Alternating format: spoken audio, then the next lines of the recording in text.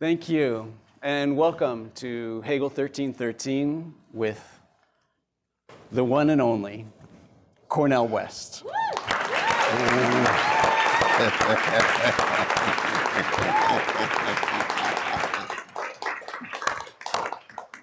I'm just so thrilled and delighted that you're with us this evening. Cornel West, as you all know, is one of the greatest living philosophers today. He's thought critically and written on the topics that we're going to be focusing on tonight for decades. He's offered brilliant takes on Hegel and on Nietzsche for decades now. He's one of the first, really, to have engaged the importance of Hegel, particularly to the critical legal studies movement in the United States. And he recognized there, and this is in an important piece that he'd written back then, he really recognized in his words how Hegel emerges as an enabling figure to the critical legal studies movement, basically, in America, principally owing to his profound historicist sense, his penetrating critique of liberalism, and his illuminating insights about the kinds of Sittlichkeit, ethical life, requisite for a stable and harmonious modern society. Now, in many ways, I think Cornel West was drawn to Hegel, and in a way, in part, this is a real reflection of one of the greatest features of Cornel West, which is his generosity of spirit, right? So he was drawn to the positive side of Hegel, the side of Hegel that he thought would be helpful to him, looking, that is, for the good in this work. He actually aligned himself somewhat in certain respects. My own position, he said, is closely akin to and has elective affinities with that of Hegel. And writing as a historicist, pragmatist in close conversation with the best of the Marxist tradition, you wrote. But the idea, of course, was that it was important to recover pieces of Hegel, but also then to supplement them, to add to them, to complement them, because, of course, of their limitations as well.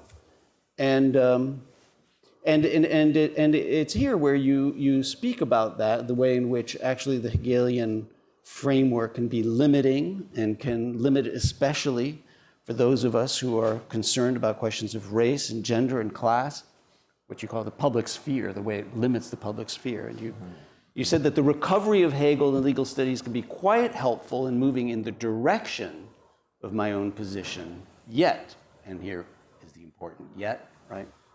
Without Marx, Gramsci, Du Bois, de Beauvoir, Lord, and others, we remain in a limited public dialogue about our truncated public space in liberal societies, which seems entirely right to me.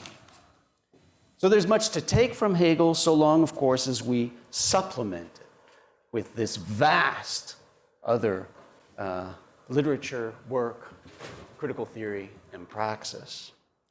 Now, as for Nietzsche, well, we shall see. But in earlier work, at least, Cornel West displayed, again, a generosity of spirit. More so towards Nietzsche, say, than towards some of the American philosophers that you were putting him in relationship with, particularly Quine, Goodman, Kuhn, and Rorty. You were arguing that actually Nietzsche inspired them and their approach. But by contrast to them, Nietzsche had understood the importance of going beyond the nihilism that was reflected in their critiques of foundationalism. And so in that work, you propose that Nietzsche actually had the right idea that we have to go beyond the nihilism to supplement with what you say, a new worldview, a new counter movement to overcome such nihilism and skepticism. And so there was a searing critique of the American philosophers at the time for not actually proposing something that you, in your whole life and praxis, are always about, right? Proposing some new values, something positive to move forward. So we'll have to see. We'll have to see what those new values could be this evening, because what we want to do is put that conversation, the conversation between Nietzsche responding to Hegel, moving forward, and Foucault picking up on Nietzsche, responding to Hegel, confronting Hegel, and see basically, you know, the three questions that we're studying in this seminar, right? What work did Nietzsche and Foucault do on Hegel?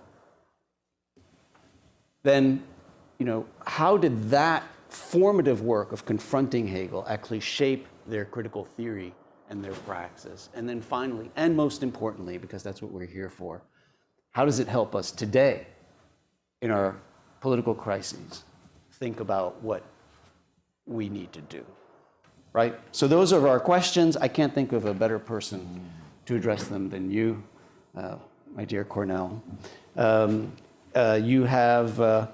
You have written about these topics. You have inspired us for decades. Everyone knows your work, your formative work, Race Matters, Democracy Matters, your memoirs, Brother West, Living and Loving Out Loud. Of course, Dr. West is now, fortunately, right next door to us as the Dietrich Bonhoeffer Chair at the Union Theological Seminary, having just delivered the Gifford Lectures, having just run an independent presidential campaign in 2024. It's great to have you back at 1313. Thank you.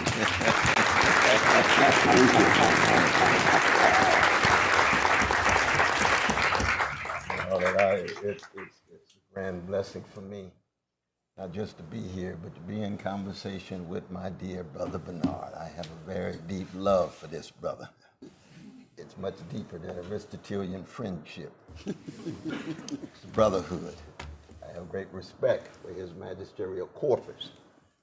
But he's the real thing, because it's not for him just a matter of academic games to be played and moves to be made in professional managerial spaces. But we were talking about you just last week. I was at Hawkins Unit in Wrightsville, right outside of Little Rock, which is a prison. And mentioned this brother's name and the work he does dealing with brothers on death row. It's a beautiful, beautiful thing. And I see your blood sister there. She knows exactly what I'm talking about. Caroline, is that her name? Yeah. Caroline with her wonderful, wonderful wife. Indeed. So anytime I get a chance to talk to Brother Bernard, I know I'm going to be pushed. I'm going to be Socratized. I'm going to learn some things. And that's what we're here to do, because we're not going to engage in any kind of uncritical deference to Hegel and Nietzsche, let alone Foucault. I don't think Foucault deserves to be in that lineage in terms of the depth and profundity, but he's a very, very crucial thinker. But for me, Hegel and Nietzsche are the two most profound and powerful thinkers wrestling with historical consciousness from a philosophical point of view that connects to the legacies of Athens and the legacies of Jerusalem, let alone Rome and Paris and others in the West, and specifically Europe.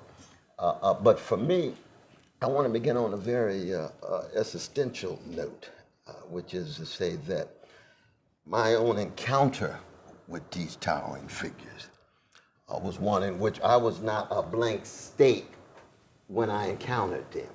Because I come from the chocolate side of the American empire. I come out of a black freedom movement. And so the question was always, how is it that we're so chronically hated and yet generate these love warriors every generation? And I always wanted to be part of those love warriors, Martin Kings and Fannie Lou Hamers and others. How do we wrestle with being terrorized for 400 years and call for freedom for everybody? I want to be part of that cloud of witnesses.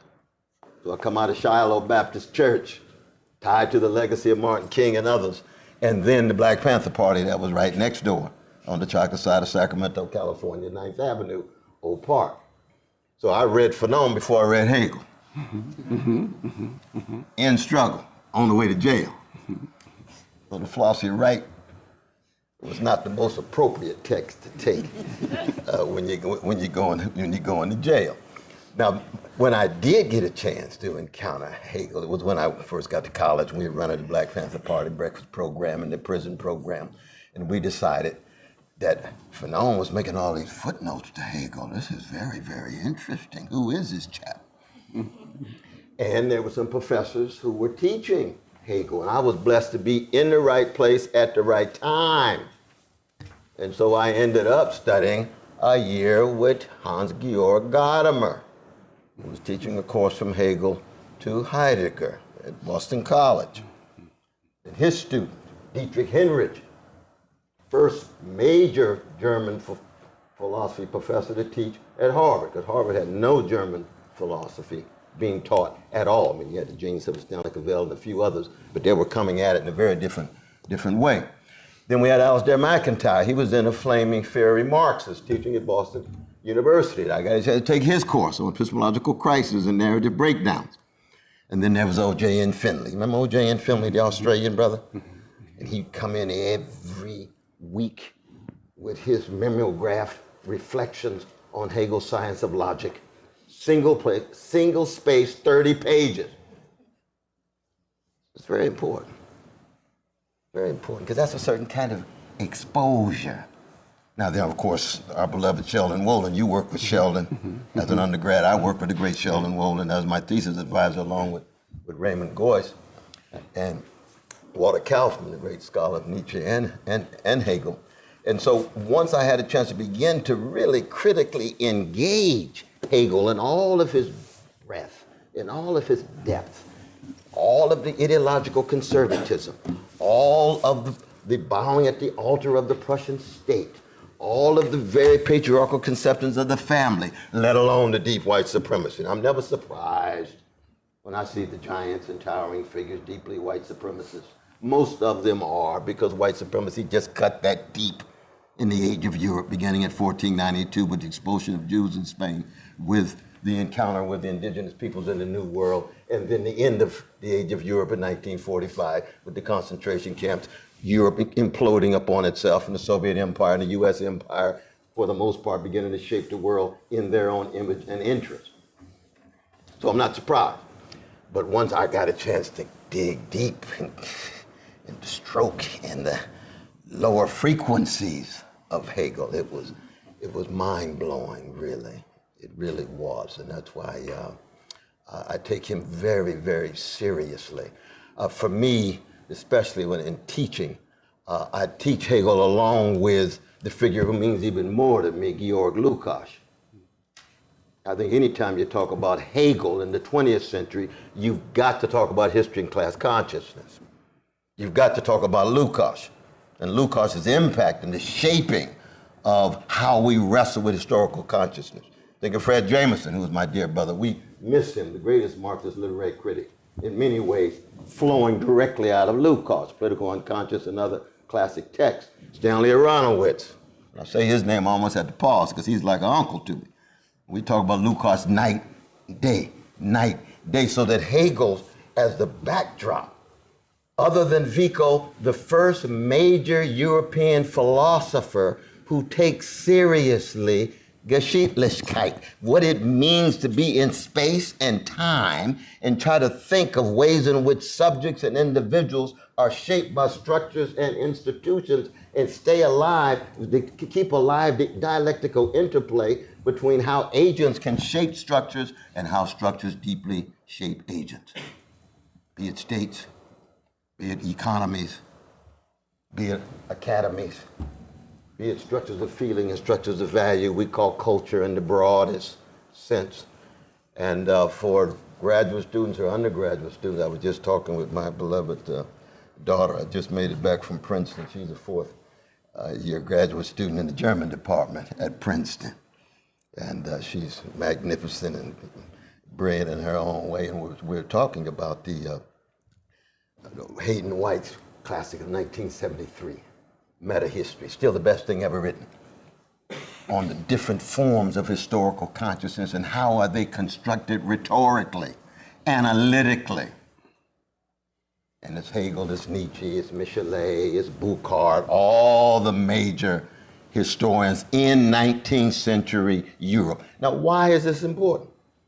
Well, it's important because for me, for someone who always tries to bring together the joys of Socratic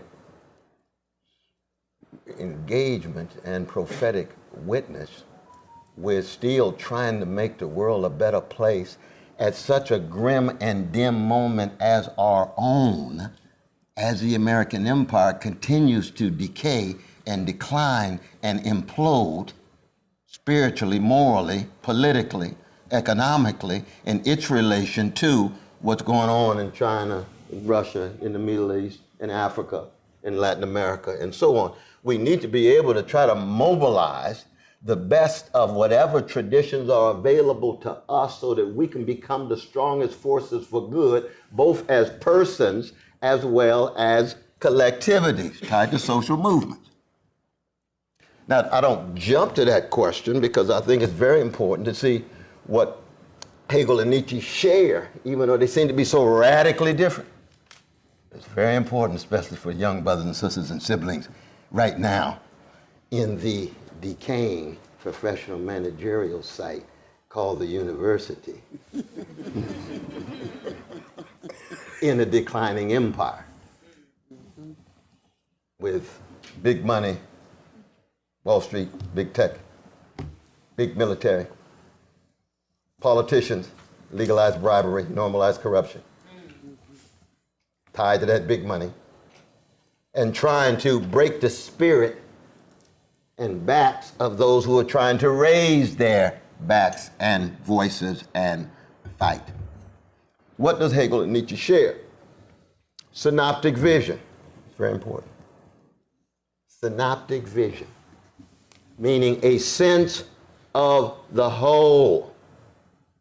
And one of the ways in which professional managerial classes are shaped is to shatter any sense of the whole. That's what professionalization does. It's not just a culture of conformity and complacency, but it puts you in some disciplinary slot. But you can't see the relations of forces going on because you're locked into some disciplinary slot. And the disciplinary division of knowledge in professional managerial sites like the university means more and more people have a difficult sense of what a synoptic vision really is, which means you lose a sense of history.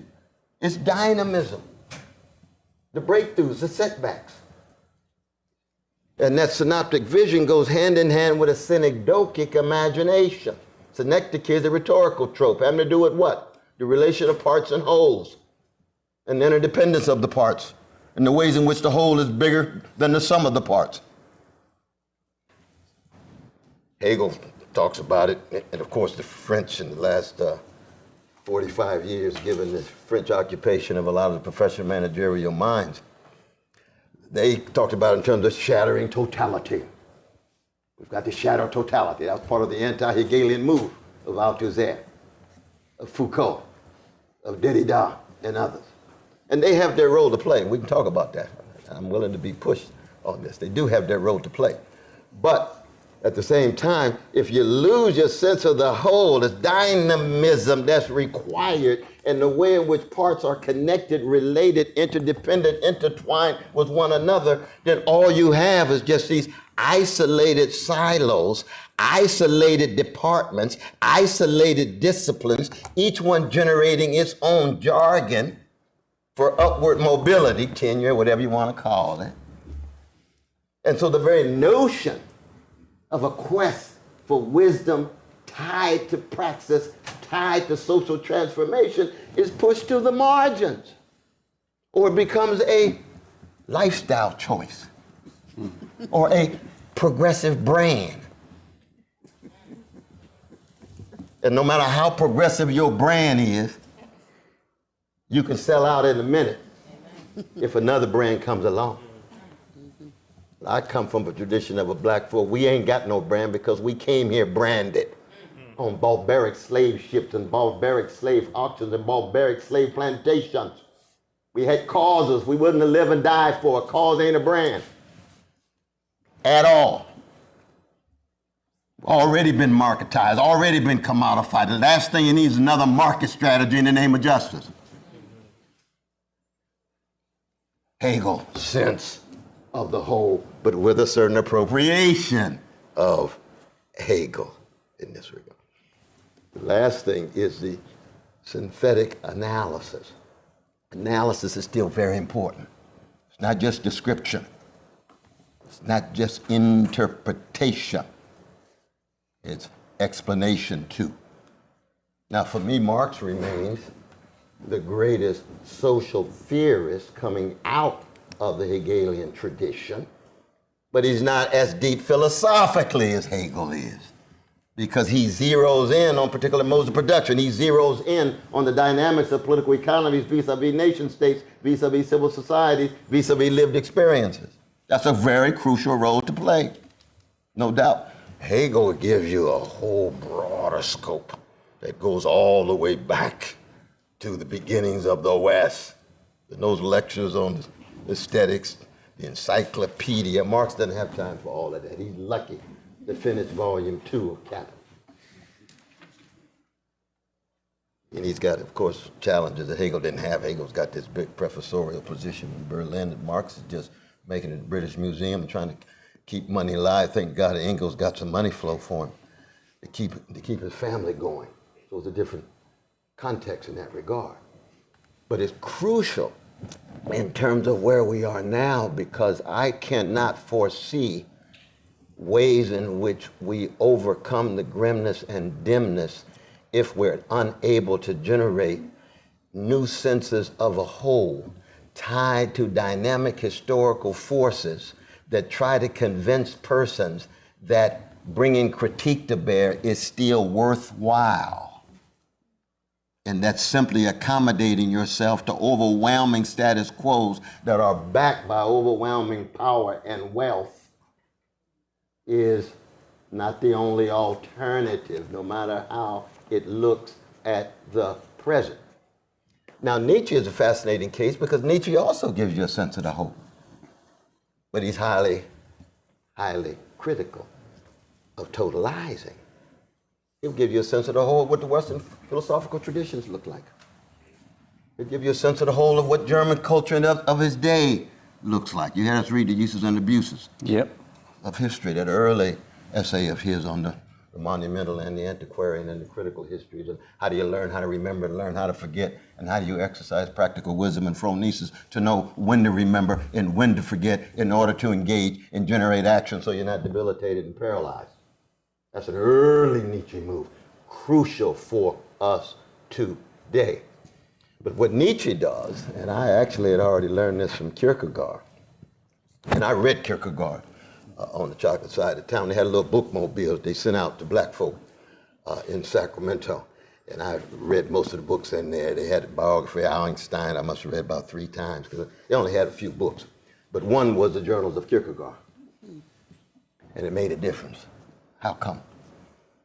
Because Kierkegaard came to terms with radical forms of skepticism resulting from historical consciousness. And that's always a crucial starting point. Anytime you wrestle with historical consciousness, you can easily slide into relativism, fatalism, radical skepticism, even where Nietzsche begins, which is nihilism. And nihilism is not some abstract discourse about meaninglessness and hopelessness. I come from a people who wrestle with nihilism fleshified, nihilism concretized. It's called the blues, where you have to come to terms with catastrophe every day. Good morning, heartache, every morning. Good morning, blues, lead belly. Autobiography, the title of Count Basie, right? Good morning, blues. And the blues ain't nothing but catastrophe, lyrically expressed, honestly confronted, and artistically transmuted into a sound that can allow you to keep going, keep on pushing, keep fighting, keep laughing, keep organizing, keep hoping. But it's on the ground. It's not nihilism in the abstract. There's nothing wrong with nihilism in the abstract. But nihilism flesh-defined is very different. You gotta learn how to live your own body. You gotta learn to believe in your own intelligence. It's been viciously attacked. You got to believe in your own beauty. It's been ugly. It's been characterized as ugly and so forth. And the pushback against that kind of nihilism, and Nietzsche's pushing all the time against nihilism as he understands it. I love that about him. Passive versus active. He can't go with his major influence, who was the great Arthur Schopenhauer, who he says Arthur Schopenhauer says a no to life. I think Nietzsche's wrong about that, but he's got his right to be wrong. He says, no, I'm going to say yes to life. But Schopenhauer's pessimism is so thick and so intense. Life is nothing but just suffering and swinging between boredom on the one hand and intense pain on the other. And the only relief maybe is a little art, and not all the kind of art. He was in love with Rossini. Went to the opera every night with his dog, Atma. He had 2 dogs. One died, Atma, got another dog and named it Atma again. 2 poodles, white and brown. That's Arthur Schopenhauer. That's Nietzsche's starting point. And for the graduate students who want to read one of the finest essays ever written about the ways in which philosophical traditions and figures can empower, you read Schopenhauer as author in those untimely meditations. Early Nietzsche. But the surprise is this, connected to skepticism.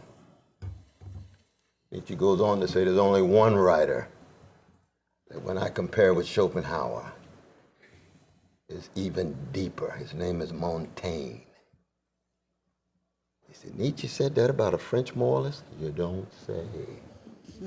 Robert Pippin and others have made this point in this great essay, the lectures of 2004 in Paris, right?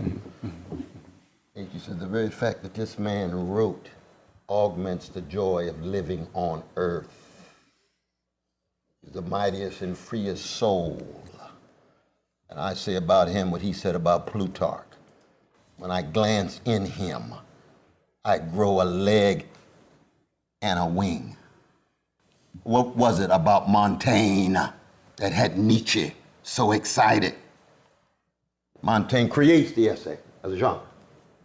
Test, experiment, take a risk, give up on quest for certainty, give up on quest for necessity, even give up on quest for cheap universality.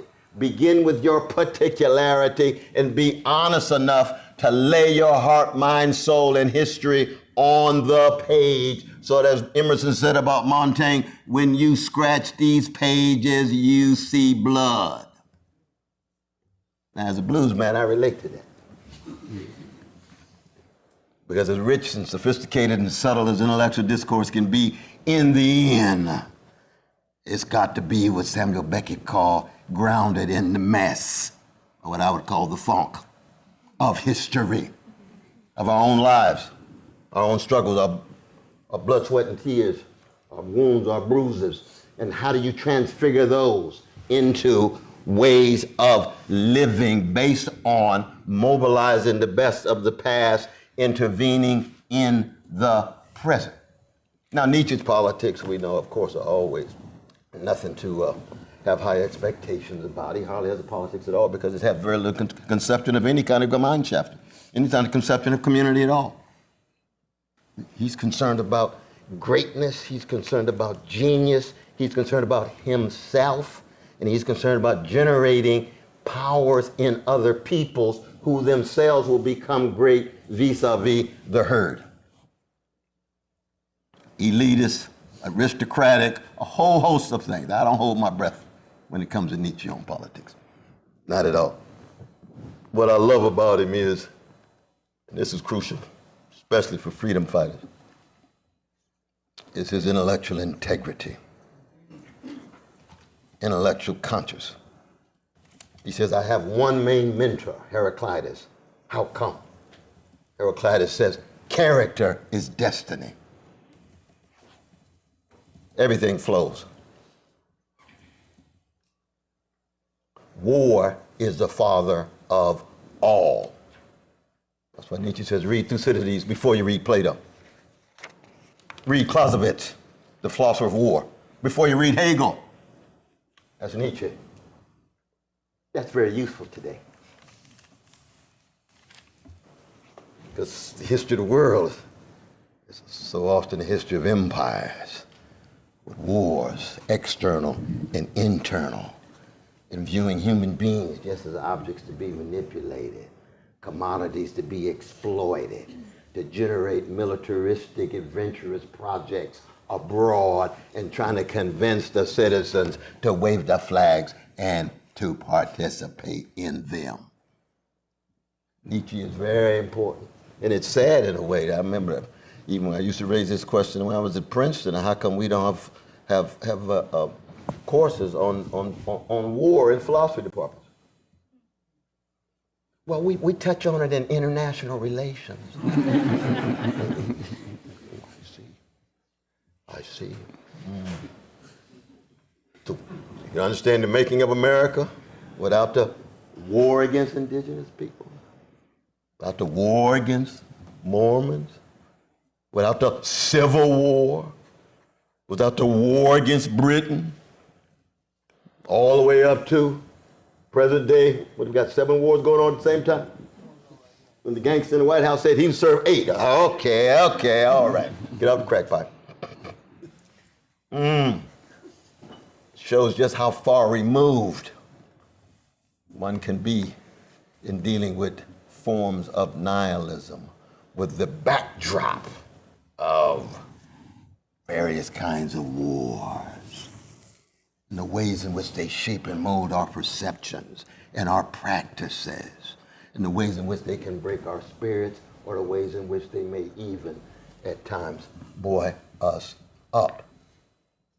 And so, I don't want to go on too long on this because I want to spend much more time in dialogue. But for me, Hegel on the one hand, Lukács, and see, when you think about Lukács, just keep in mind Simmel and Weber. But Hegel didn't have access to.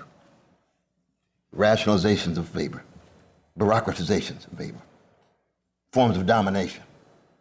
And then with Simmel's philosophy of money.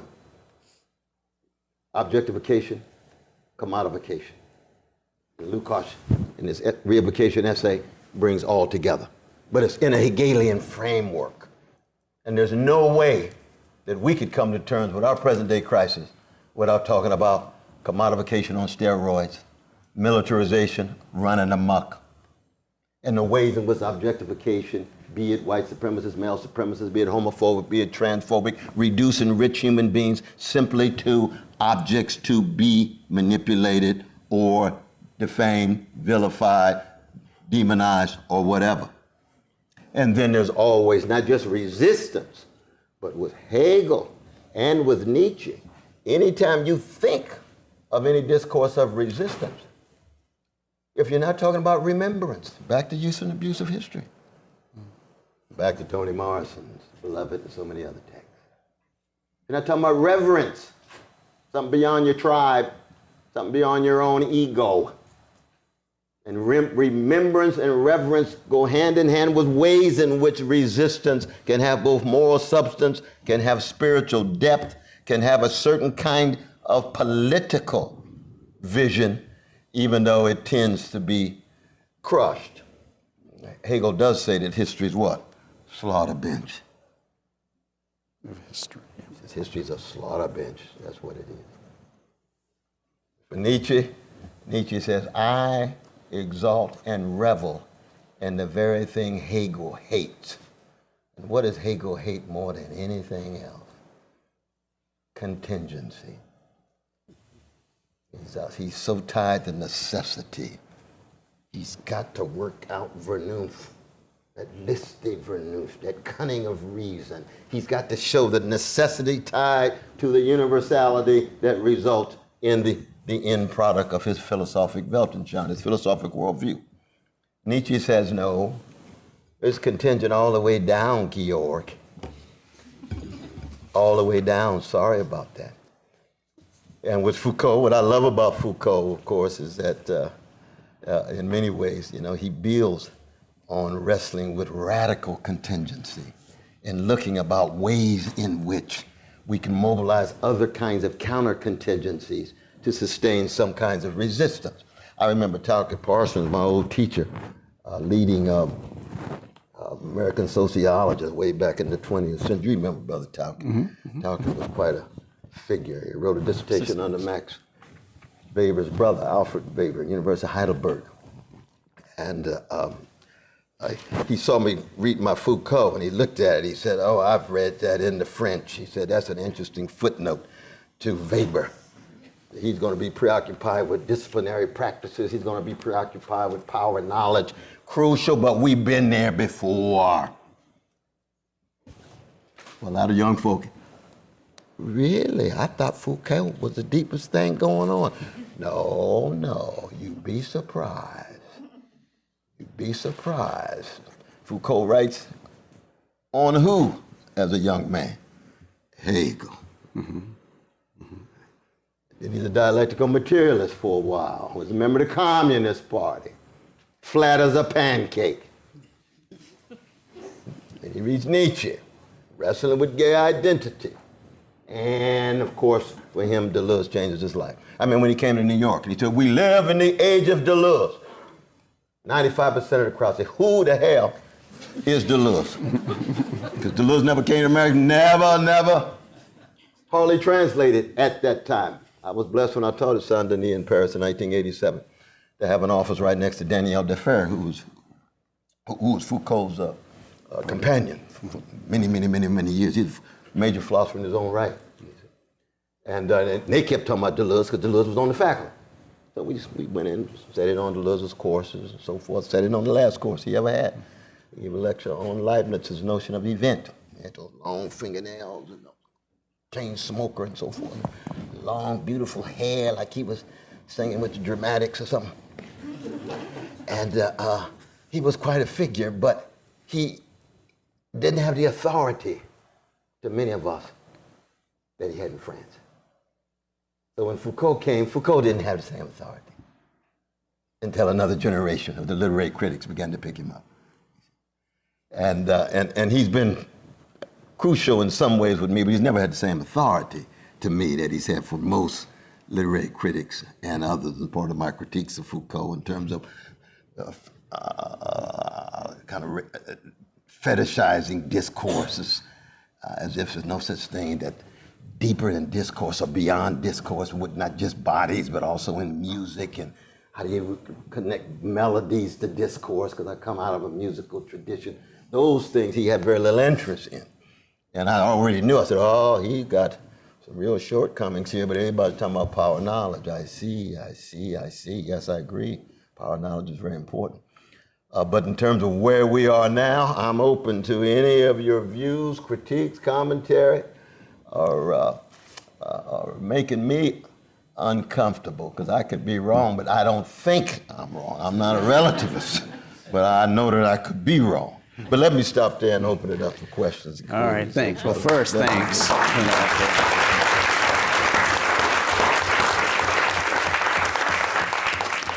right, well, I was taking copious notes because you covered a lot of ground. And let me just say that one of the, probably for this seminar, one of the most powerful pieces of what you were saying is that to overcome, here's what I remember, to overcome kind of the grimness and the dimness of our situation today, we need a new sense of the whole. Yes. Which includes, importantly, right, critique.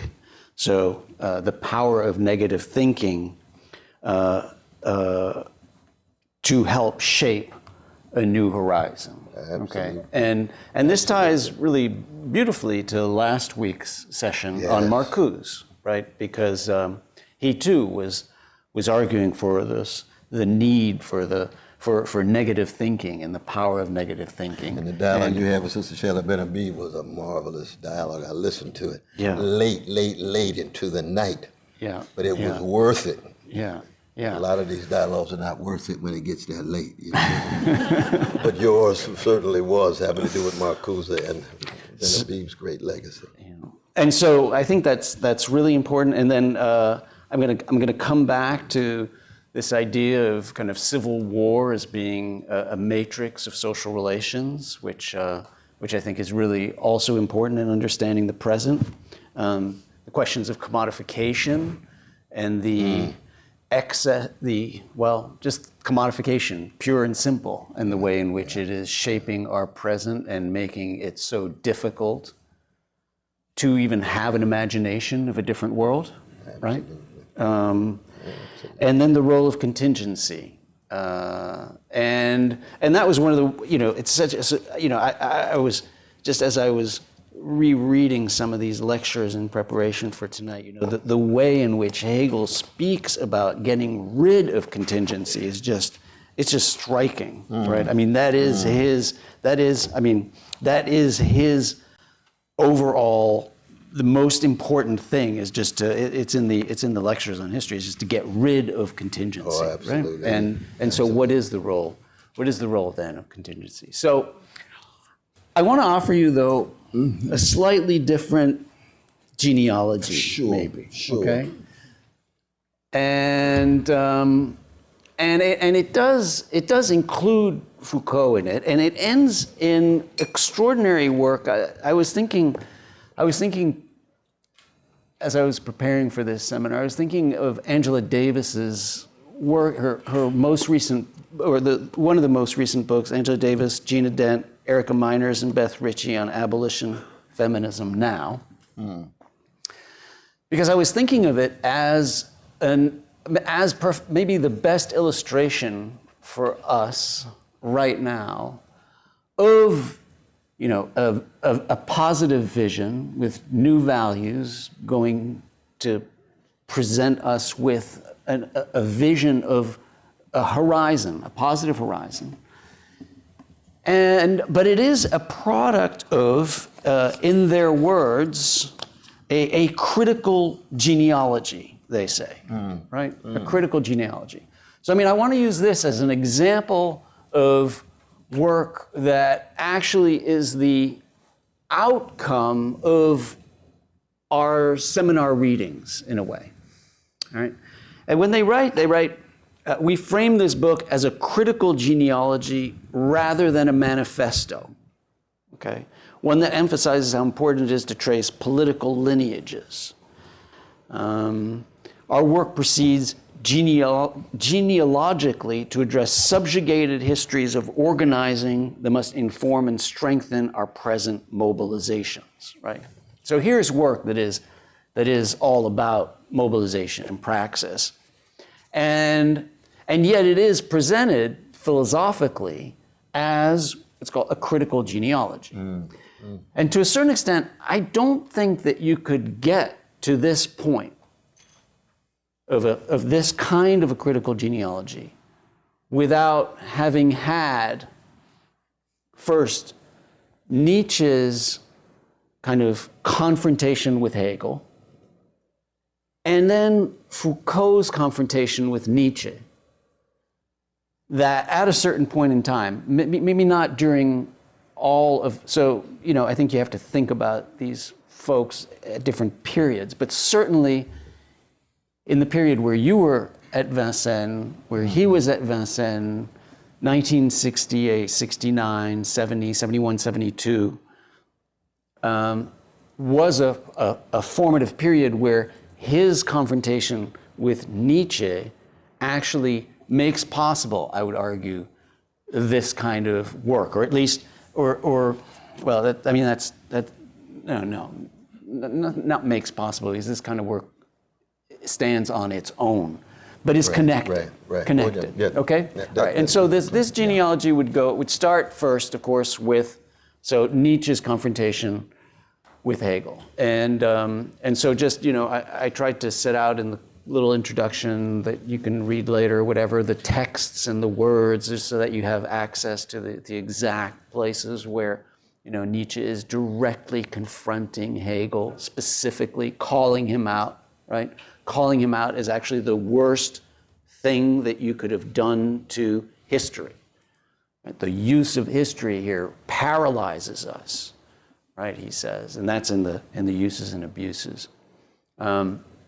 It paralyzes us because it's got this vision that we ultimately achieve, we ultimately arrive at this late stage in history, 1820, 1821, the Prussian bureaucracy. We arrive at this late stage, and of course there are many Hegels, as we know, right? There's a far more revolutionary Hegel. I mean, from the phenomenology of spirit, that was all about continual transformation, self-consciousness, a Hegel that actually you write about and that you embrace, and that is, absolutely. Right? But that's not really the Hegel that Nietzsche is targeting. Nietzsche is targeting a different Hegel, much more of the philosophy of right Hegel, the history which is in there. It's published at the end of that text, right? And he goes against it and says this is detrimental to life. And that's what he cares about: life, activity, vitality, right? So it's detrimental to life because it locks us in these stories where we then become pacified, content. Like we're and you can think about that today, right? In terms of how visions of history can render people kind of self-content and believing that they are, at the culmination of history in a time right now when it's clear that we're at some massive juncture of a change in overall spirit. But in any event, so that first kind of confrontation,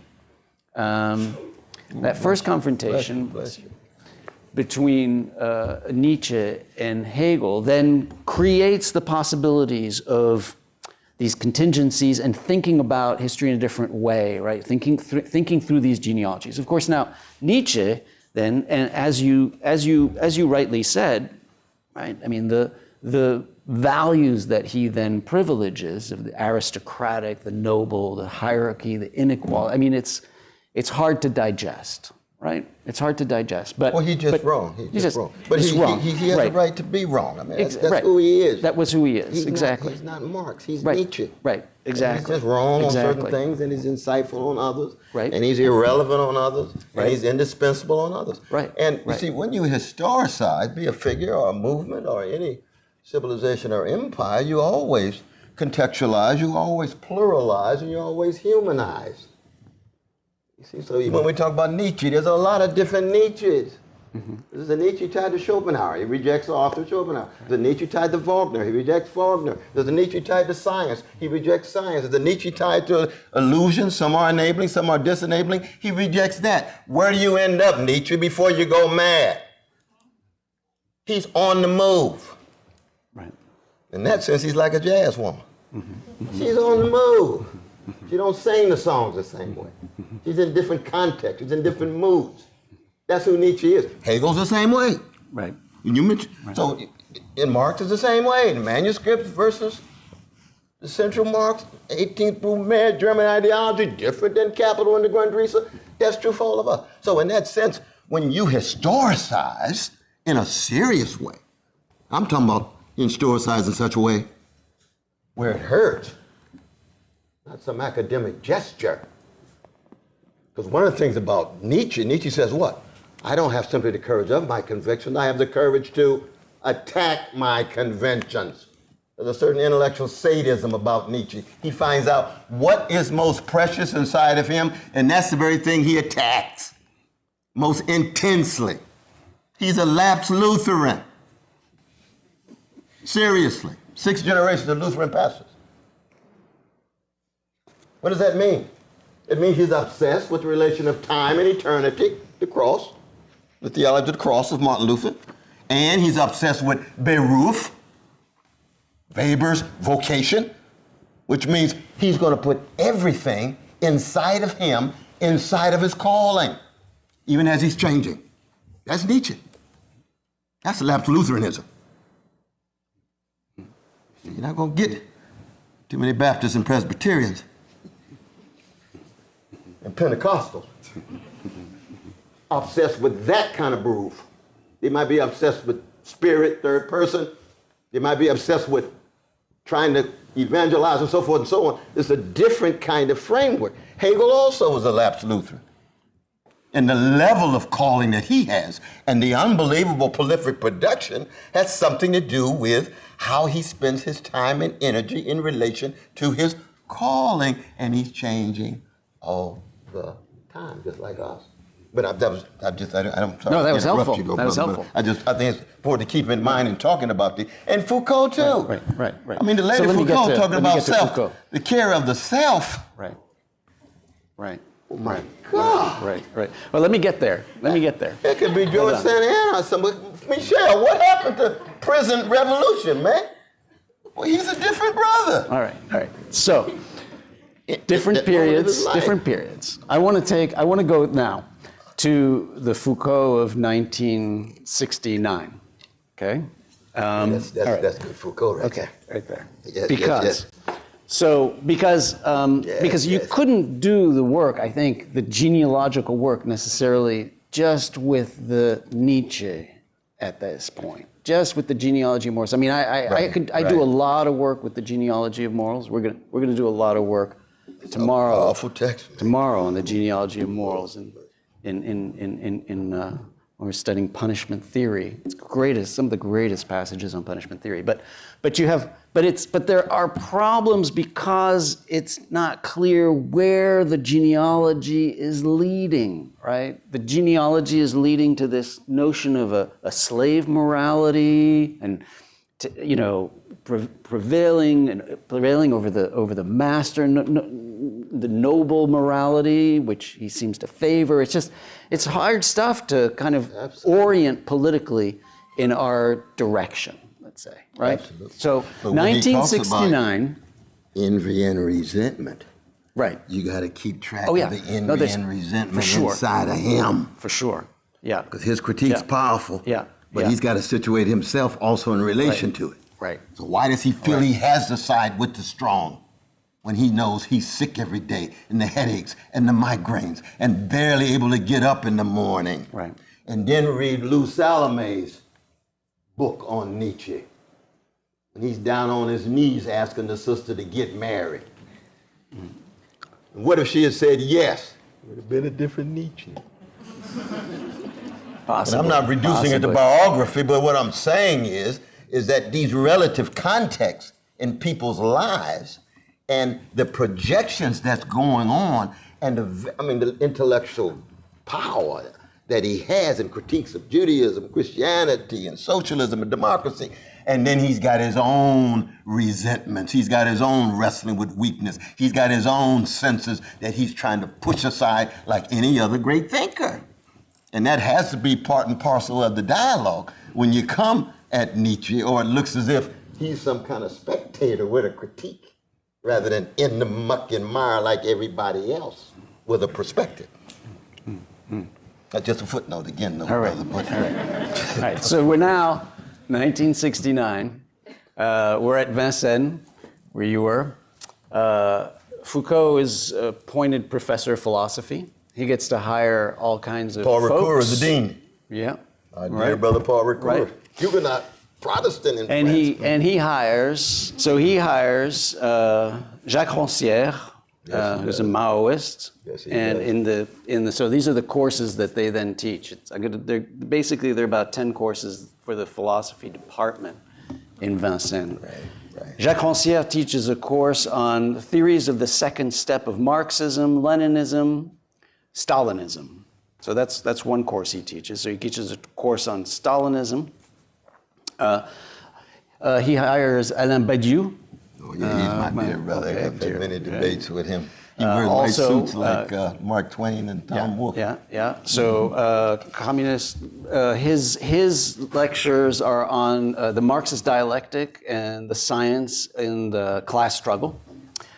He hires Judith Miller, another famous intellectual at the time, who teaches the third step of Marxism, Leninism, Maoism, and problems concerning ideology. He hires Henri Weber, who's actually hired because to even out a little bit, there were too many Maoists. So he hires one Trotskyist, Henri Weber, and he teaches Introduction to Marxism of the 20th Century, Lenin, Trotsky, and the Bolshevik Current, as well as another course on the writings of Mao Zedong. And then also to even out, because really there's just too many Maoists, now we got a Trotskyist, and then he hires Etienne Balibar, our beloved Etienne Balibar, who was a member of the Communist Party at the time. So we needed to add the Communist Party. And Balibar would then teach, as the course he would teach, well, okay, another course on Marxism and social science. Now, no courses on decolonization. That has not entered at all. That has not entered at all. The most important historical process in the catastrophic 20th century. Right. But I mean, I'm glad they taught those courses, but they needed to. Yeah, they need to diversify. Now, absolutely. Foucault then, in this kind of choice here, with all those other courses, decides to teach Nietzsche. It kind of sticks out that's true. Wow, that's true. Right? Like, what is that about? You know, you look at this course catalog. There's all the course catalogs. Here, this is the course catalog from Vincennes from 69, 70. Critique and thought. It's speculative. Yeah. And then Nietzsche. And what is he doing going to Nietzsche? Well, yes. He's going to Nietzsche, and he's going to Nietzsche because Nietzsche is the one who on his reading, right, allows him to go precisely to these questions of war and conflict. The genealogy is a matter of inheritance. It's the battles over inheritance, right? What is genealogy about? It's all people fighting over, right? Over claiming the wealth, claiming the ties, claiming the links and whatnot. And as a result of that work, he then kind of starts to work in a tradition of Nietzschean genealogy. Actually, I mean, so like the thrust of his lecture at Vincennes is the following. We're at the period of revolutionary strategy, he says. A period where sorry, I'm translating here. It is the period,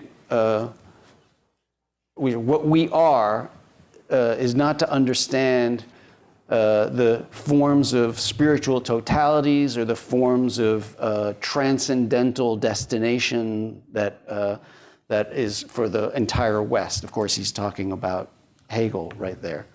But to understand and disperse the arbitrary systems that are forms of domination. Okay? So the idea here is to actually get at these forms of domination and contingency. And ultimately, this leads him to a genealogy, right? The genealogy that interests him at the time, and he's part of the Groupe d'Information sur les Prisons, this prisons information abolition group, it gives birth to, Discipline and Punish, I take it. And so Discipline and Punish then becomes a genealogy that we can use, actually. A genealogy that we can use in our political struggles. I mean, I don't think we could have used Nietzsche's genealogy necessarily in our political struggles. But Foucault's genealogy we can use, right? We can use it. I mean, what is he trying to show? He's trying to show actually a history of what he calls the carceral archipelago, right? archipel carcéral, the carceral archipelago, right, that we live in the West. Which, of course, a genealogy that shows us the ways in which we have kind of created these disciplinary procedures. This is 1970, he published this in 75. This is even before mass incarceration in this country, right? But he's seeing it when he goes to Attica. He sees it in the Attica, whatever.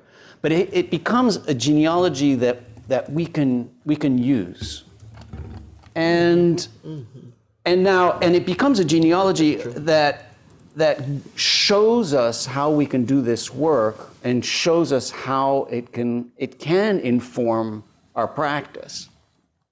Now, to the point where today, I think most people talk about when they're doing this kind of work, they're doing genealogies. They're not doing histories anymore. We don't say we do history anymore. We do genealogies. Now everybody does genealogy. If you do a history, you're like flat-footed, right? You don't do history. I mean, no one with a critical edge does any history anymore. They do genealogies, right? Okay. But then that takes us then a little bit back to Nietzsche, but it gives us this idea that, well, maybe we can start thinking about what is a productive, critical genealogy. And I think Discipline and Punish was one, although it was aimed at the repression. Another one, though, and downplayed any utopian projection. It was over against. It was a great refusal of Marcuse. It was not an attempt to provide a utopian projection that could inform certain kind of practice. Because for me, part of the problem here is that I've always felt that our French brothers and sisters and siblings have much to contribute, but they have a certain kind of intellectual parochialism and provincialism that needs to be accented here. You see, when you're in France and you get shaped in the high schools, you get thick injections of Cartesianism. Descartes sits at the very center of your conception of philosophical reflection, which means you begin with epistemic subjects. And if you really want to get radical, you go to Spinoza. Oh my God. That's Deleuze. And here's a wonderful book on Spinoza, you see. Because he's got substances. And then Hegel's got substance as subject in the preface to Phenomenology. But you're still obsessed with subjects, epistemic subjects, or Kantian transcendental subjects. Now, Hegel seems radical because you've got forms of Geist in time. That's what history, that's his definition of history, right? So that, and I noticed this at Saint Denis, because when I got there, I'm trying to teach philosophy. Most of the text never even translated. There's hardly any Dewey.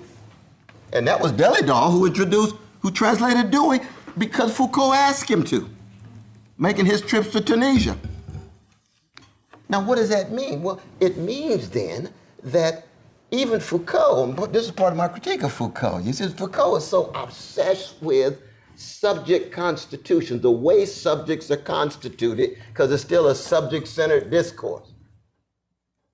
Whereas if you begin with sociality, intersubjectivity, even Dewey begins with intersubjectivity, so does Marx, so does Wittgenstein, so does a Nazi named Heidegger. Dasein always already has been constituted by something outside. So it's not isolated epistemic subjects trying to make emphasis about the external world with objects and so forth, or transcendental ones in Kant. And it's pre-Darwinian. Because of course with Dewey, there's no subjects. It's like in Whitehead, no subjects. Wittgenstein, no subjects at all. Just organisms transacting and interacting with environments, with various language games and forms of life that help you get about. So you don't begin with a subject and then you have a problem of external worlds and other minds. You don't begin with a subject and have to deal with certain kind of epistemic forms of skepticism. It's a very different move. That's the difference between Dewey and James and Peirce and Rorty and most of the French, not all, but most of the French. Now, am I being unfair with my French brothers and sisters in terms of the Cartesian shadows casted as they attempt to move? And you say, oh, good God, if I begin with Descartes, it looks kind of transgressive, yes, but if I don't begin with Descartes, it's not as transgressive as they think. And if that's the case, then it's not going to be just a matter of the conditions under which subjects are constituted in terms of genealogical practice, because you're still talking about the constitution of subjects. We're organisms. Of course we're shaped by antecedent practices. Of course we're shaped by families and civic society and culture and class and imperial positions and so forth and so on. That's what history and genealogy, in its best sense, is all about. Now, I might be going too far. What you think, though, brother? A little bit. Yeah, a little bit. All right. Well, you tell me how I'm going too far, my brother. Well, there's no doubt that there's a disciplinary educational system in France that has a way of imposing certain kind of certain restrictions, at least on young thinkers. But I think if you look at the radical work of someone like Gilles Deleuze and Guattari in their work on, the Anti-Oedipus or Mille Plateau, I think you've gone pretty far away from a kind of limited kind of, Descartesian, He right. He writes on Whitehead. He writes on yeah.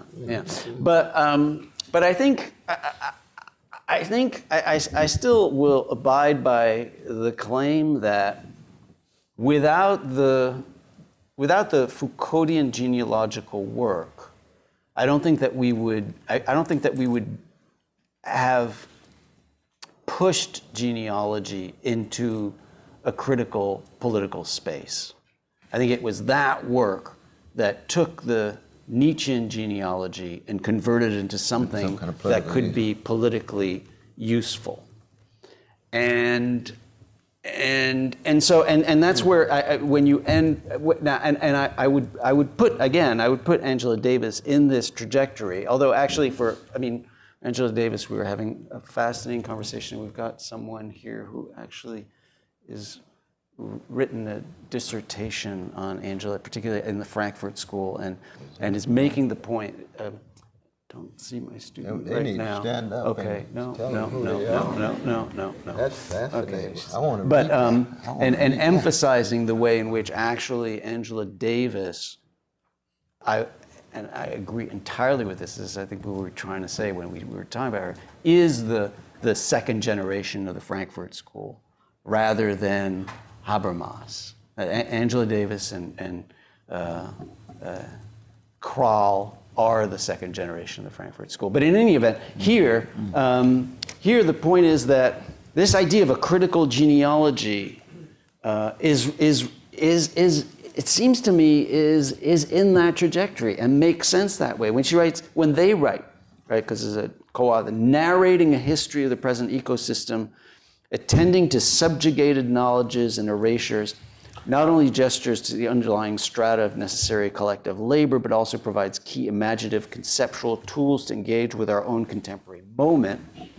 I think this is influenced by that. And I think that the whole abolitionist movement today was influenced by this idea at the heart of Discipline and Punish, that the prison was born with reform. Right? That the prison and reform are necessary for each other. That the idea of reforming the prison, say, is what keeps the prison alive. Right? All of those arguments that are part of the abolitionist movement today, I think, traces to that genealogical work that was done in the 1970s by someone in France looking at French prisons. Right? He wasn't studying prisons elsewhere. He wasn't studying the United States. He wasn't studying American history. He was looking specifically at the creation of disciplinary prisons in France, of Maître, this juvenile facility, which actually was where Jean Genet was incarcerated as a youth and for years. Maître, but at the way in which Maître kind of like got into people's subjectivity shaped Right, their soul, right, disciplined right, them. right. Now, it's true. Weber talked about discipline too. There are a lot of Weber and Foucault. There's a lot in common, and Weber spoke about discipline in that way as well. Right? That was the point that Talcott Parsons was making, who translated Weber's work into English very much so. Right. But in Angela's case, and in the discourse that she's talking about in terms of both feminists as well as womanists, I would grant you the point that the political uses of genealogy played a role, and I would even think it played a very important role in the discourses of the academy, which is very important. I'm not downplaying it, but I think, remember, Angela writes a 500-page book on blues women, right? Before that, and when she teaches at UCLA, who does she first lecture on? Frederick Douglass, Harriet Tubman, and in relation to Marcuse, Horkheimer, and Adorno. So she is that second generation figure coming out of the Frankfurt School. But she from Gut Bucket Jim Crow, Birmingham. One of her good friends was blown up in that 16th Street Baptist Church when those cowardly white supremacists bombed those black girls in Sunday school. And she's grounded in a freedom tradition whose center has always been the abolition of slavery, the abolition of Jim Crow, the abolition of poverty, the abolition of predatory capitalist practices, the abolition of imperial subjugation.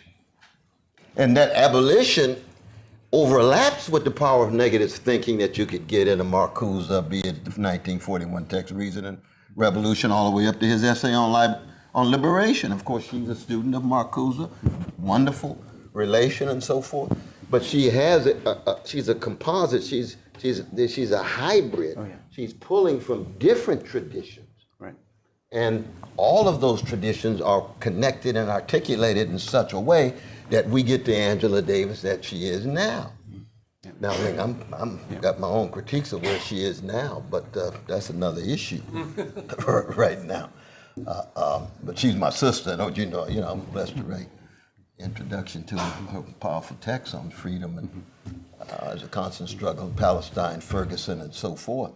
But she's got a number of these different factors and elements. You're accenting a crucial one, and there's others. I mean, I think you're entirely right that, for instance, in that particular case, Du Bois and the whole notion of abolition democracy plays a much, probably a more important role, right? That's more important role. Yes, But I'm trying to kind of think of, there are multiple genealogies, multiple forces that converge and not converge, but I'm kind of trying to draw one of them, right?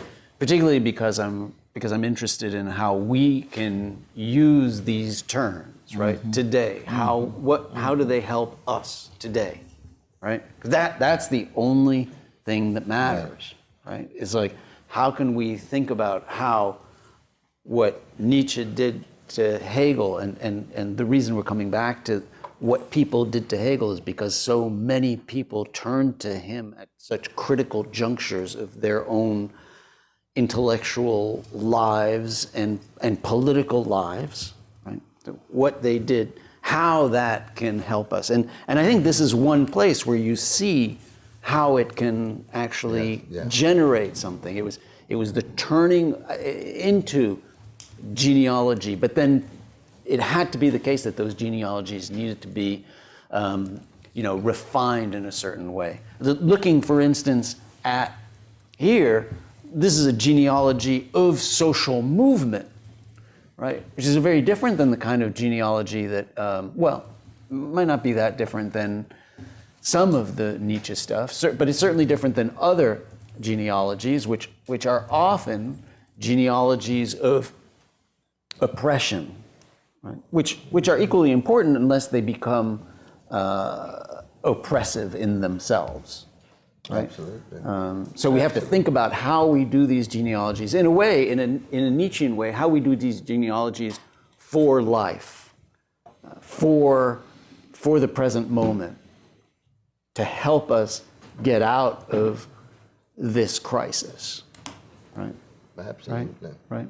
But I think one of the things, I know we open up for and we're going to dialogue, open it up. is that there's a sense in which for Nietzsche, he's actually very traditional, going all the way back to Plato in terms of soul craft and character formation. That Nietzsche is obsessed with the Stoic virtue of courage, not a Christian virtue, not a Judaic virtue. Justice, justice, justice, thou shalt. Courage. Think for yourself. Courage. Be on the edge of the cliff. Courage to look the abyss in the eye. Courage to wrestle with absurdity. Courage. And I think that's very important because there's different forms of courage. But without courage, all the other virtues are empty. They're vacuous, they're shallow, they're hollow. You can talk about them until the cows come home. That's what I meant when I talk about you the real thing. Right. We in the foxhole together. Now we're in the foxhole. We ain't having Foucault versus Kierkegaard. You know, I'm taking bullets for you, you taking bullets for me. There's a certain kind of courage. And that coming together is not unanimity ideologically or politically. It's I can trust the brother. I trust Stanley Aronowitz. I trust certain folk. I trust. That's very important.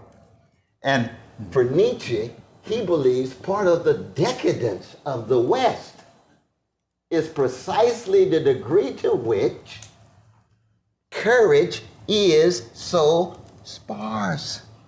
And this is in the 1870s. The German nation has just been unified under Bismarck. He's mad by 89? Mm-hmm. He's dead by 1900. He's rediscovered partly because the academy lacked intellectual integrity and courage, and he became a major figure outside of the academy for people who were serious about thinking about themselves and the world. And we're in a moment now where there's just not enough courage. Too much spinelessness. Amen. People run around scared, intimidated, selling out, caving in, giving up. Hey, we need a crypto-Nietzschean moment.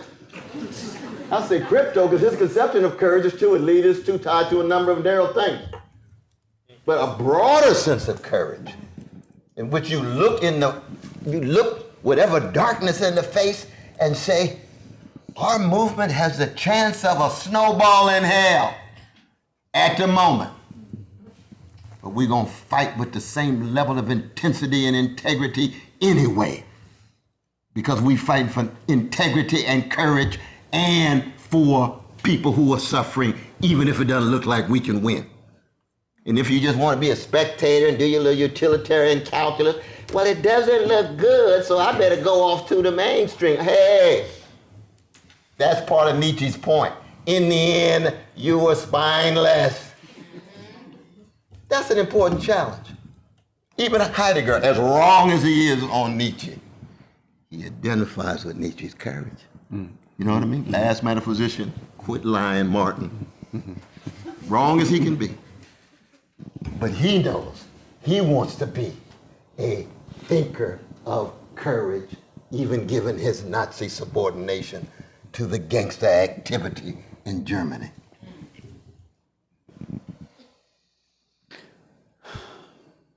Very relevant for today. Very relevant. All right, so let's open it up for some questions. Uzma, you want to start us off, or you want to start us off? You want to start us off? Go, it's on. Go for it. Okay, I'm going to ask the question, and then I'm going to give a metaphor, and then I'm going to ask the question again. The metaphor is not mine. It's a metaphor of Professor Harcourt. Beautiful. The question is, who do we trust to tell us what is real? And it like, this might be like a simplification of Hegel, but this idea of only the, what is real is rational and only what is rational is real, right? And I think at the root of that, you look first at what is real. And I don't think that's always an easy question. And the person we're supposed to trust is the writers of genealogies, right, which are the children of the institution. And Professor Harcourt gives us this metaphor. Like, think of like Hegel as moving towards absolute freedom, right? What is freedom? And he talks about the grocery store, right? And there's a foolishness in thinking, oh my God, I have so much freedom in the grocery store. This is awesome. I can buy whatever I want in the grocery store, when everything in the store has been placed to manipulate you and paid for by food corporations. It's a limited picture, right? And then I don't know how we get out of the grocery store, and I don't even know where the limits of the grocery store are. And if we can't trust the institution because they don't practice, who do we trust to tell us what is real? Great question. Yeah, it's a wonderful question. I mean, I began with my own deep appreciation of the profundity of Hegel, but I don't think Hegel's right. I don't think reality is rational. I don't think Vernunft triumphs at all. I'm closer to Chekhov and Beckett on that. Very much so. A conception of reason and rationality can have liberatory effects. That's why the best of the Frankfurt School, even given its own blindnesses and so forth, is still noteworthy. That's why Angela is still so important, both as Conrad as well as a critical interlocutor and so forth. But I don't proceed with the real being rational or the rationality itself being in any way real. I think that it's just so messy, the incongruity of being human and the levels of organized greed and weaponized hatred and institutionalized cruelty and routinized indifference, and we can go on and on. I mean, it's when Hegel says it's a slaughter bench, but I'm going to come in and show you the rational patterns. I agree with the slaughter bench. He's right. Gibbon says human history ain't nothing but just a register of human crimes and follies after he writes Decline and Fall of the Roman Empire. But he's a cynic. He just ends just like that. Right. I'm going to be a spectator. I'm going to show you the spectacle, and all you can do is just smile and laugh or whatever, because that's how wretched human beings are. Sounds like the late Mark Twain, that damn human race, or Jonathan Swift, or Rabelais, in a certain sense. I'm closer to them, but at the same time, I do believe that that love and empathy and compassion and solidarity and integrity are worth holding on to, whether people think the reality is real or rationality is tied to reality. So in that sense, it's a kind of leap that one makes, almost a Kierkegaardian leap that one makes in one's life and in one's struggle. I hope I got at some of your questions. I didn't get to the grocery store. I didn't get to the grocery store. But the grocery store itself, of course, is a particular manifestation of the way in which markets flow now vis-a-vis oligopolies, monopolies, unaccountable, tied to grotesque wealth, inequality that make it difficult for there to be public discourses that are critical of their monopoly status. And of course, that's the role of what used to be the left, or even used to be socialism. I mean, even my dear brother, Soran, who I have great respect for and so forth, but if people think that democratic socialism is about buses running faster and free, and kindergartens available, and and rent control. I mean, that's New Deal robust liberalism, but that's not socialism. Socialism shatters the monopolies and the oligopolies. That's what Debs ran on. Now, Bernie Sanders didn't run on it because Bernie's a good social democrat in love with Debs. And I love Bernie. I've 2 campaigns with him and so, but he and I talked about it every night. Now, you know that wasn't socialism, brother. But it's the best we can do at the moment, so let's just push it. Oh, I agree. And I've never met so around, but I tell him the same thing. Even though in his case, I'd go a little bit further, though. You see, when he talks about America being a nation of immigrants, I say, get off the crack pipe, brother. We used to present that argument against Oscar Hamlin at Harvard when he wrote that book, Uprooted, his classic of 1951. He used to start his lectures, America is a nation of immigrants. I said, Oscar, for you, not for indigenous peoples. Not for enslaved folk who created the very economic foundation for the nation that allowed you to get here. So yes, the immigrants are crucial, indispensable, fundamental in a number of different ways, but don't reduce the nation to just immigrants. You're gonna miss out on a whole lot of the shaping and molding of the empire now and then. And Professor Hamlin would say, oh, you all must be Marxists. And you know what I would say? No, I'm Christian.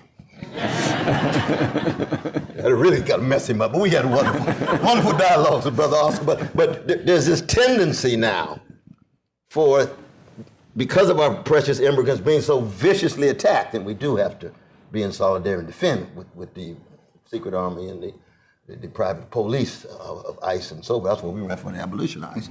But it's easy to fall into a settler mentality if your social base is primarily immigrants who just got here, especially those who got here after 1965 as a result of the Black freedom movement that pushed back white supremacist immigration practices. Amen.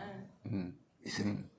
And if you have a settler mentality, you can easily fall into a gentrifier sensibility of the very folks who've been pushed out of the city that your gentrifiers came into that serve as part of the social base of your socialism. And you have to be Hegelian enough to have a sense of the whole. And you got to be Nietzschean enough to have the courage to tell the truth. You got to be jazz-like enough to embrace Soran and say, I know they're coming at you tooth and nail. I'm in solidarity with you, but you got to give up on this language because you're not telling the full truth. I know that wasn't part of your question.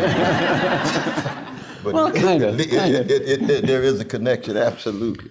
All right, I got a question over here. Good morning. I'm sorry. I worked a lot of shifts. It's good evening. So my question is, it's funny that you spoke about courage because I'm actually advocating for COPA, which is the Community Opportunity Purchase Act, so we could buy properties instead of big corp LLCs. And so right now I'm in the process of figuring out how to bring back homesteading, taking over vacant buildings in Harlem, all over.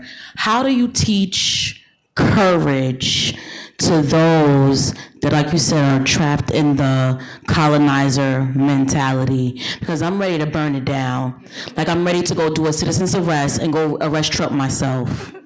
So how do I get other people to have that same courage with me to forgive my language, burn this motherfucker to the ground? Well, let me grab that one.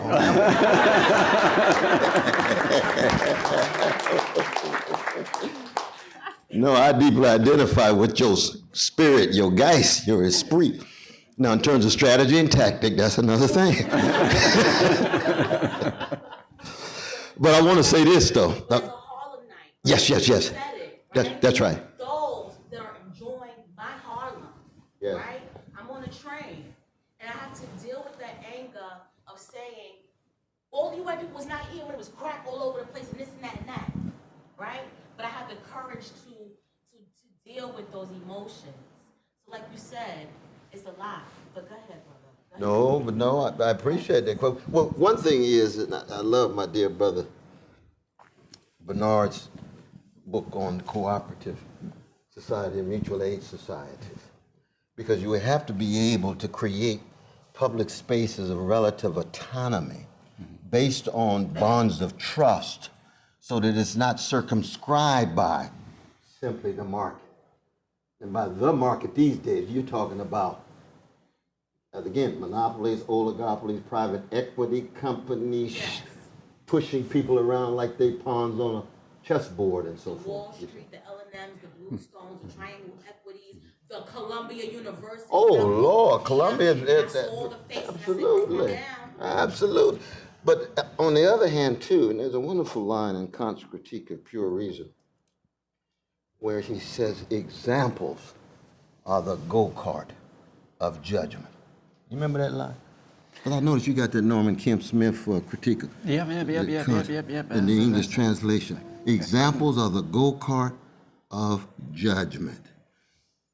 People have to see examples, not just isolated individuals, but groups of people who are trying to create forms of efficacy on the ground, no matter how small, but levels of perseverance and persistence tied to integrity, like yourself, cutting against the grain. Cutting against the grain. We had tons of struggles in Brooklyn with the stadium and so forth. What did they do? They came in and got black preachers and got Jay-Z telling everybody he got 15% of the thing. He had 0.15%. There is a difference, brother.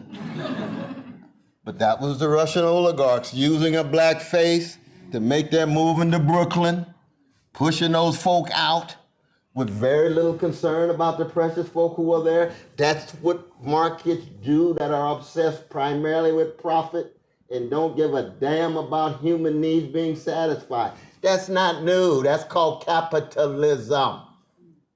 So the question becomes, then how do we respond? What are our creative responses to it? And the only way you do it is by examples, collective, communal, as well as personal, individual, and in terms of memories of the folk who did it. You have to be informed by the struggles of the past. You're encouraged, you're enabled by struggles of the past and what they were up against. When Angela talks about that genealogy, and she's talking about how all these black women dealing with these sexual predation of the white male slave holders, dealing with it as domestic maids. Sister Sadia Hartman's great refusal of the sisters organizing in kitchens and so forth, trying to hold on to their humanity and integrity. And what do? Well, they raise somebody like myself, cracked vessel, trying to love his crooked neighbor with his crooked heart, but going down swinging because of memories, because of commitment, and not measuring whether I'm going to win tomorrow or next week or next year. You just keep swinging like Ella Fitzgerald. Don't mean a thing if it ain't got that swing. You keep fighting like Muhammad Ali. That's what keeps people going. And once you lose that, then you got sell-out business across the board. And part of our problem these days that the movements are so weak and so feeble. And the neo-fascism is stronger and stronger with big money, big media, big exposure, and victories. And America, of course, has always been what? Brother Nick, we were talking about this in class the other day. This is my brother who's in my class here. That John Dewey said, America is unique among nations because it ascribes metaphysical status to futurity. That's what pragmatism does, with results and consequences. You're not concerned with the past. It's only the new and the novel and the innovative. And it fetishizes that. It's like the green light that Gatsby believes in.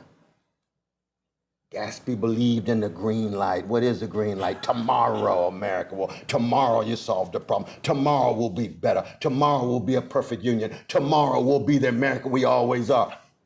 When does tomorrow come? How long? That's a very, very juvenile conception of being human. If all you're doing is fetishizing the future and denying your past. The only empire among the 70 empires since the emergence of the species that denies it's an empire. And when you tell them it's an empire, it says they're innocent, and you show violence. How can you be innocent and get all this violence? What's manifest destiny? What the heck is that? Imperial expansion. Oh, now you hate America. No, we're just telling the truth. Because people resisted of all colors, all regions, classes and religions, they resisted it. They lost. The American empire expanded, continues to expand. Now we got 800 military units around the world. Incredible. Incredible. Russia got 20, China got 2. We got 800. They claim that they're going to take over. What are we talking about? The levels of mendacity and hypocrisy that hide the depth of barbarity. That's not anti-American, that's telling the truth, because the condition of truth is to allow the suffering to speak in any social experiment, whoever they are. And that's part of our challenge. And we don't have a strong enough movement, whatever you want to call it, left, progressive is just too milquetoast for me. But it's just people who are concerned and love poor and working people, are willing to tell the truth and die for them. That's what movements are. And if your group of people is less and less and less and less, then it's no accident that those freedom movements, which have been the leaven in the American democratic loaf, when they're weak, the loaf gets thoroughly stale. You can't keep the loaf fresh if the movement that kept the loaf fresh are themselves weak. And people who are suffering are looking for a way out, and they see the neo-fascist options of Trump and company, and they think that it can deliver. It cannot deliver. What's going to happen after that? Oh, hell going to break loose, as Malcolm said. Chickens come home to roost. These chickens not just going to be roosting. They're going to be singing a loud song, because all that greed and hatred, when it's unleashed, believe me, we in a world of deep, deep trouble. King called it spiritual death. King said there'll be a white backlash against the black freedom movement that will lead toward a native form of fascism. That's in his last book, Where to Go From Here, Chaos or Community. That's Brother Martin right there. And he may not be right, may not be wrong, but that was a caution. And in some ways, we're living it. But I know we got to have questions. Yeah, we're going to take 3 questions right now. We're going to 1, 2, 3. Although I got to get somebody on this side too. Okay, go for it. Let's take a few questions and then we'll. Yeah, absolutely. Yeah, sounds good. And I'll be much shorter. No. You're all very kind. I have to ask, because we're at a law school. You mentioned Montaigne, and we're sitting here in Montaigne's 4th estate, right? Like this is it, and he doesn't trust them for obvious reasons. But Hegel is telling us that individuals must serve the ends of laws, and that ethical life exists in the state. Are the levers for social change to be found in laws? Are they to be found in the street? Are they to be found on a ballot? I'm just curious. Where do we begin? Great. Oh, Great opening question. There's a number of different strategies. Could be laws, could be ballots, could be street, could be songs, could be poems. And under certain conditions, you do, in fact, have to engage in various kinds of resistance that go far beyond the kind of nonviolent resistance that King talked about. I'm not a pacifist, so I believe in just war. But very, very specific circumstances under which you have to engage even in that kind of resistance. But you hope that that's the last possible thing. But it's also true, J.F. Kennedy said, that those who make nonviolent resistance impossible, make violent resistance inevitable. And that's JFK. He's not on the cutting edge of decolonization or nothing. Just happened to tell the truth that day. All right, well, we were going to, I don't know, maybe, go ahead. Thank you. Slightly different question. So you've spoken of two Hegels in my mind. The sort of first, the revolutionary Hegel of 1807, the poor Hegel, and then the sort of established, the Rector Hegel, Berlin, of the Rechtsphilosophie. But in between that, there's a middle Hegel for me, the Hegel of the logic, of ontology, the exact Hegel who might resist the kind of historicization that you were talking about. What do we make of that Hegel today? It's a wonderful question, though. That's the Hegel that J.N. Finley was obsessed with. The lesser logic and the greater logic. That's not the Hegel I focus on. I think Hegel makes a fool of himself when he talks about mathematics. And I'm not saying it just because Bertrand Russell and Whitehead said that, but they're right. He makes a fool of himself when it comes to the new physics. And part of the reason why Hegel was so difficult to embrace Hegel in England and in the United States. I mean, England had a wonderful movement, McTaggart and what's our great, Green is his name? Green. T.H. Yeah, Thomas Hill Green and others.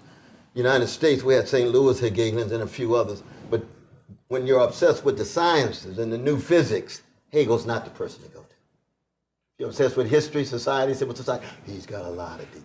But the Hegel that I love is a Hegel who says Antigone is more sublime than Socrates.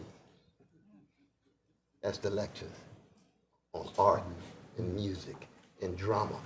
Even in the section where he's talking about history writing, where does he situate it? Between oratory and drama. Between plays written, the lyricism of Molière, whatever it is, and oratory coming out of sermonic practices of the Reformation. Well, that's very rich stuff. That's very rich stuff because that's also how everyday people make sense of their world. Through language, and oratory, and music, and arts. Nothing to do with ontology, little to do with the conservative politics. So again, you're right, Hegel just so all-encompassing in that way. But I just don't make a whole lot. Do you think I should spend more time on the science of life? I would love to if you did, but that's me. That's very selfish. Yeah, well, some have, and I mean, let's not forget like Lenin here, right? Who, you know, at that critical moment returns to the logic, and that's where he really, that's where he finds the movement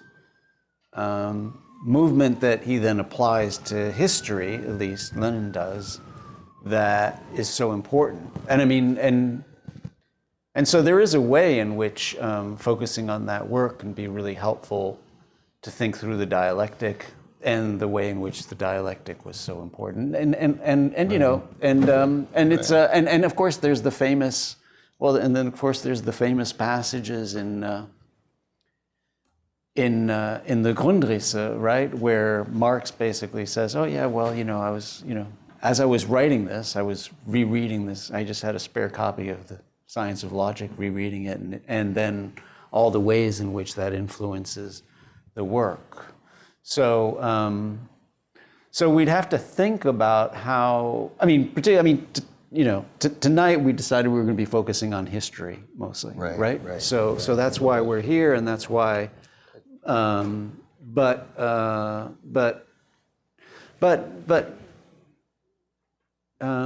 you know, it played an enormous role in the production of some of these incredible works, later works, and we'll be in this seminar. We'll be looking at particularly at the way in which Capital was influenced by the logic and other works that depended on the logic. Let me get to another question I promised here.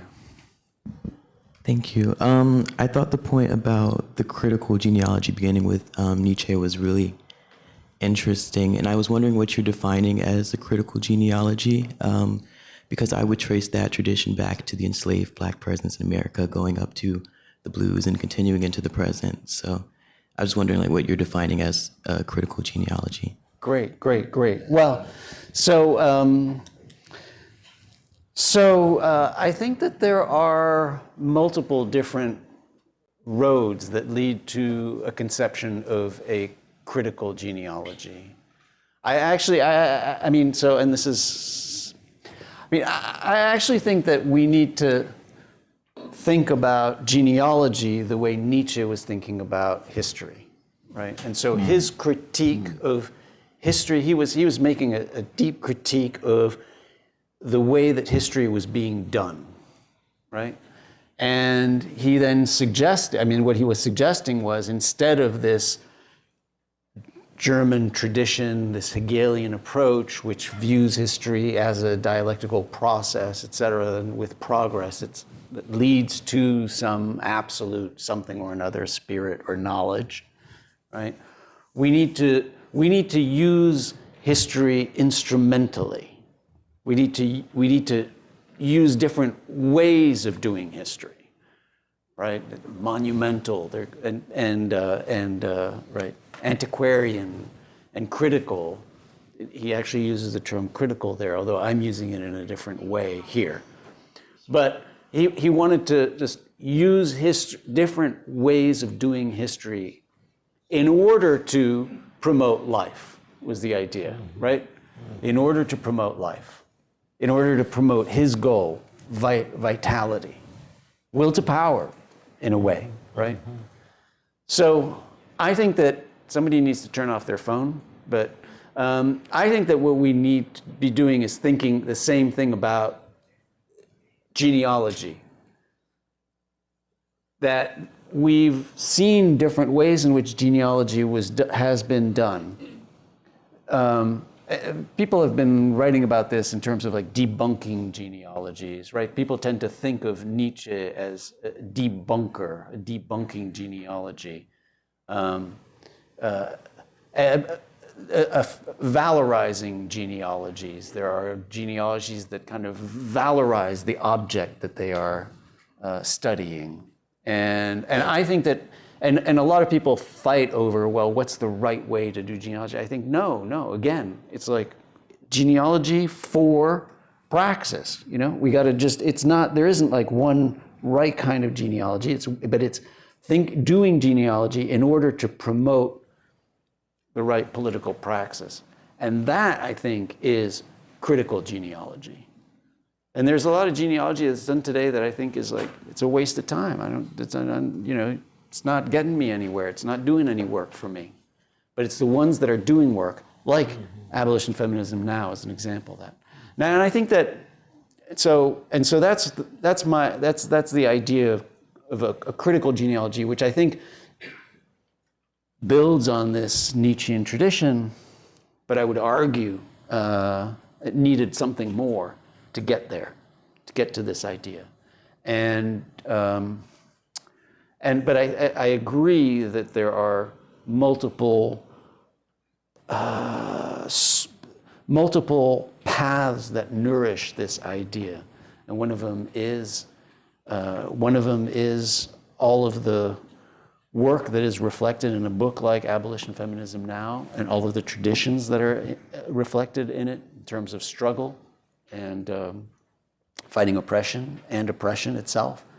And then some of it is this conversation that we're having today about these philosophical, European thinkers who are having these confrontations and conflicts, right? I do think just one quick element here in the Nietzschean sense is, for him, genealogy, as you recall, is also disclosing and unveiling what you thought was noble to be ignoble. So everybody's crazy about truth. Nietzsche says, what is the value of truth? Truth can be ugly and self-destructive. It's like the figures in the Iceman comics of Eugene O'Neill. If they know the truth about themselves, they'll drink more and want to kill themselves. Give them some illusions. Give them a pipe dream. Same is true in The Wild Duck of Ibsen. The last thing you want is just tell the whole truth. Because human beings can't take the truth. Often. See what I mean? So Nietzsche says, so everybody think about truth being a wonderful thing. No! Who taught you that truth is something you really want? Now that's a fascinating move. I don't think he's convincing, but it's challenging. Goodness, love. Everybody talking about love. Love ain't nothing but reduce to this envy and resentment because it allows the weak to make the stronger weaker so the weak can control the strong. I'm with the strong. I don't care about love. Crush these mother huckers. It's almost crypto-Hobbesian, isn't it? Who translated Thucydides? So Nietzsche just, let's pull the cover. Genealogy.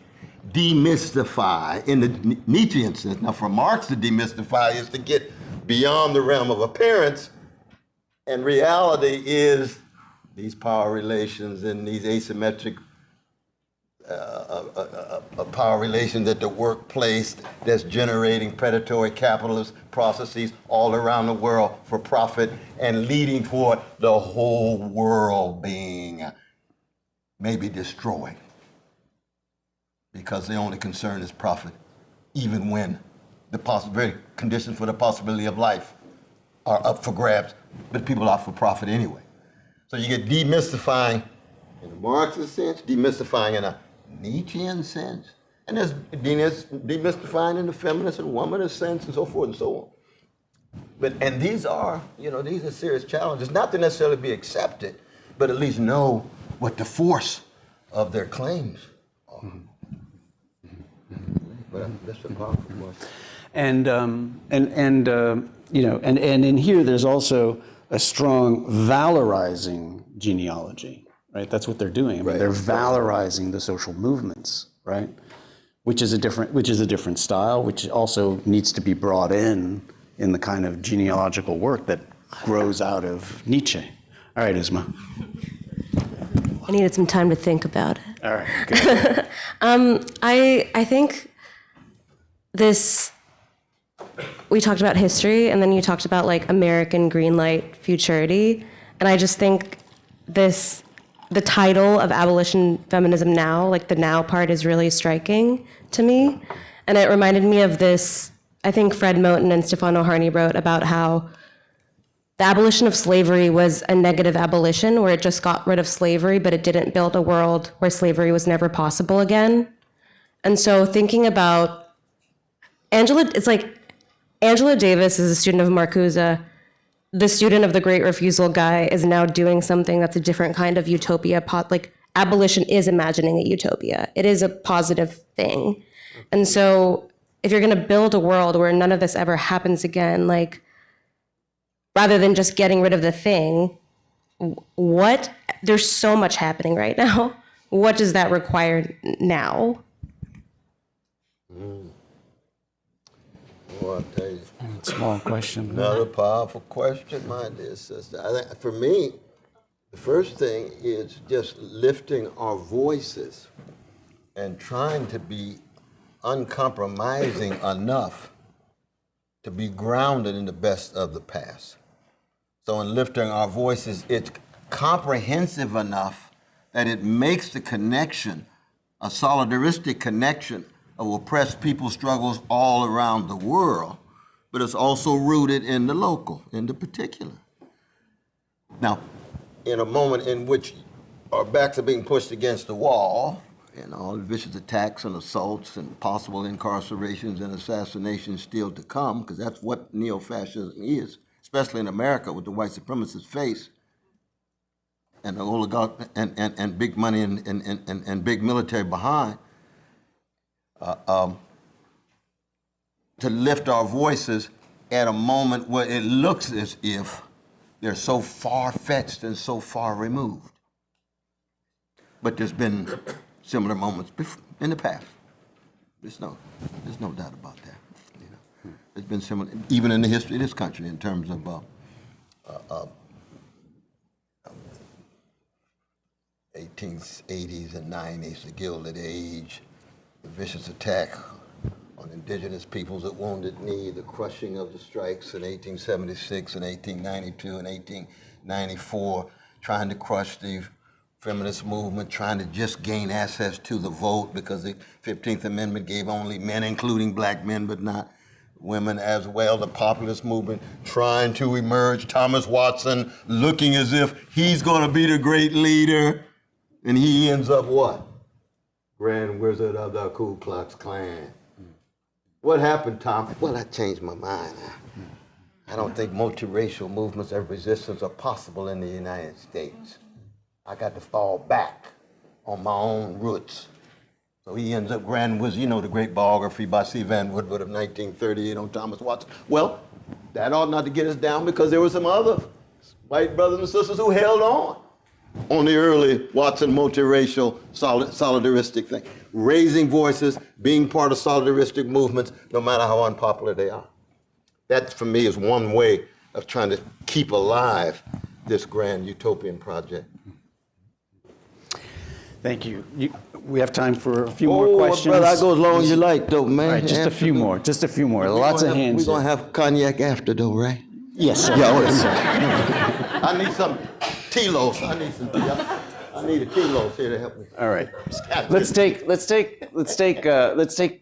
see if we can take three of them. Maybe two or three in a row. Group two, but two, Yeah, three. that's cool. Okay, That's one, cool. two. We're on this side. I'm sorry. Go for it. Yeah. I always get nervous when I see you. The question I have, I just can't help thinking about your interaction on genealogy and how you brought back, you were talking about Foucault's influence on Angela Davis, and you brought it back to Angela Davis's history as an African American, the struggle against abolition. That abolition is not a brand, it's a cause, part of lived experience. And I'm thinking about all these thinkers, and the question I have is, as we're looking for solutions that are outside the box to your question, do you think there is an overemphasis on Western thinkers? Do we think that there is a solution that can come from the particular experiences of people facing particular forms of oppression and their histories? Because I even think about, why is it that you were always on the right side of history, and this in my opinion, with your positions? And I think about you talking about Fanon, and what connects you and my family is Fanon. You know, there is a connection there between the experiences of my parents and your parents, potentially. So I just think about the universality that you're being able to bring to Hegel and Foucault, that like maybe European thinkers or Western thinkers, certain types of Western thinkers are not able to bring. And so I just want to kind of offer it as a reflection and then ask you the question, if there is an overemphasis, what type of thinkers should we also be reading? What are other names that inspire you? What type of inspiration can we look beyond to gain the courage that maybe we're not finding in our tradition? Pass it forward for a second, and then we'll pass it back. Appreciate that. Thank you so much. That was really, very great to hear you talk. I have a question about how we can use Hegel for the present moment. Because, so you mentioned, for example, that we could use Hegel to see the whole, but at the same time, so I'm wondering, because for Hegel, it seems to me that what guarantees the wholeness of the whole, or like that we have an idea of what the whole should look like, that we have any kind of like ethical idea, that's like guaranteed by the rationality of the whole system.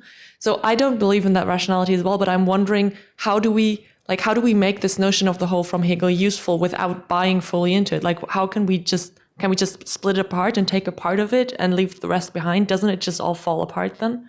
Yeah, thank you so much. Great, thanks. Pass it right back behind there, 2 rows. Thank you very much for, my question is going to be in line with what most has been said, but I will reduce the question of genealogies to that of talking about canons, to ask what type of canons do we need in this era to bring out the level of courage that we are demanding for. And I'm asking as somebody who has experience with multiple traditions, but also understanding that the dynamics of today is different in an era of big tech and surveillance, whereby even if we have the most courageous amongst us today, once we have one shot at them, we go back to reclining. And it's not just about the fact that we have compromised compliance officers, but even at the top of places like Palantir, we have philosophers leading these places. And so we're on a battle where we're different generals facing ourselves and not just regular soldiers. And it leads to what one of our sisters in Princeton would literally say, black faces in high spaces won't save us by and large. So what is your thought process about, again, the canons? And maybe how we can, what you're thinking about how we can go about confronting this, whether real G's should move in silence or whether we need to do something different. Thank you very much. Should we take two more or no? That's already enough. Oh, that's a lot. We can have two more. We should write down these major points. All right, I'll write them down. Let's take two more, and then maybe we'll, and then. Wonderful questions. So. And then maybe you'll wrap it up, but I'll try and get them down. Two more here. Sounds good. You too. Okay. Professor, you spoke a lot about music tonight, blues and jazz in almost every question. And this week, as we meditated on vitality and relationship with history, I was curious how we can or should think about emerging music or cultural scenes in relation to critical projects and praxis. Pass me on. Absolutely. Professor West, is it safe to claim that all the philosophy of history is just a footnote to Hegel? No, that's false. Okay.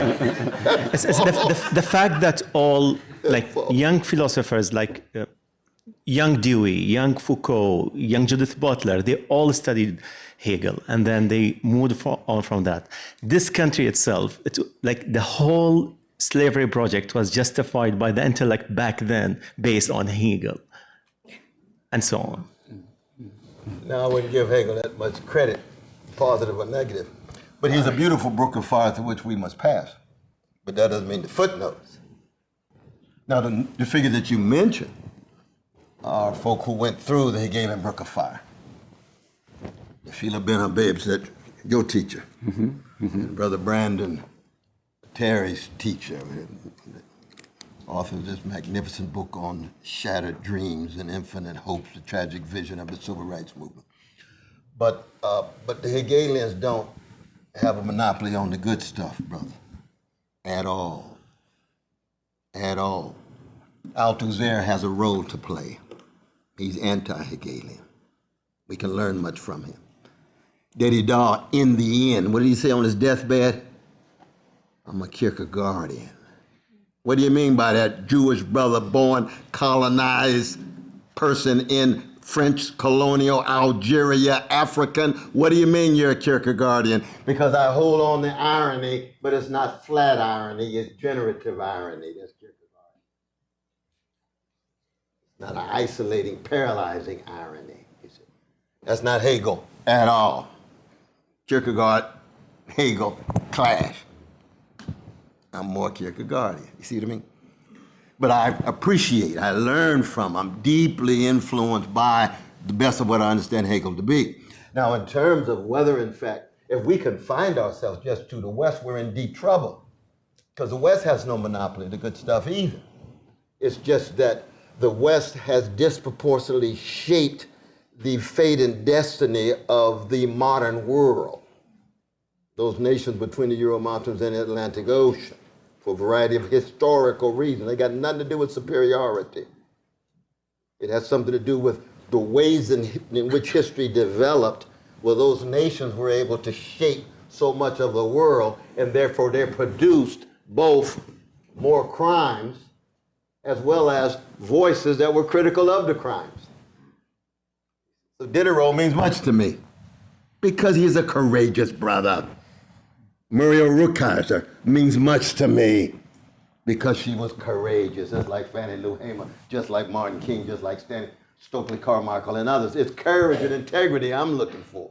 It's not skin pigmentation, sexual orientation, and gender identity. Not at all. Somebody tell me what nation they from. I'm not impressed.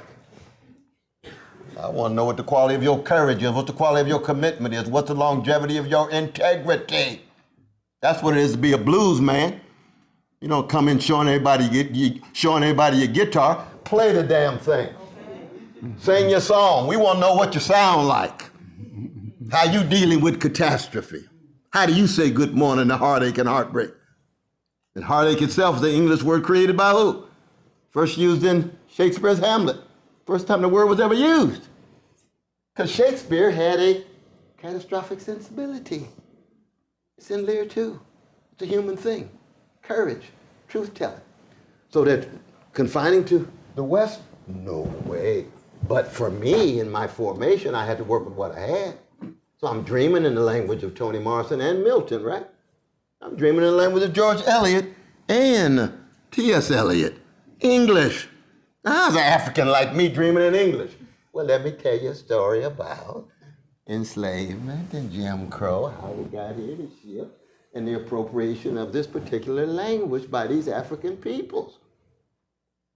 So when I look at Fanon, or when I look at the Zaid, or when I look at the Maria de Key in Latin America, and all different voices from all around the world. And Betker, the great Dalit thinker, trained here at Columbia under John Dewey, writer of the Constitution in India, but fundamentally in solidarity with those people used to call it the untouchables, unapproachables, unseeables, Dalit brothers and sisters fighting with great dignity and grace.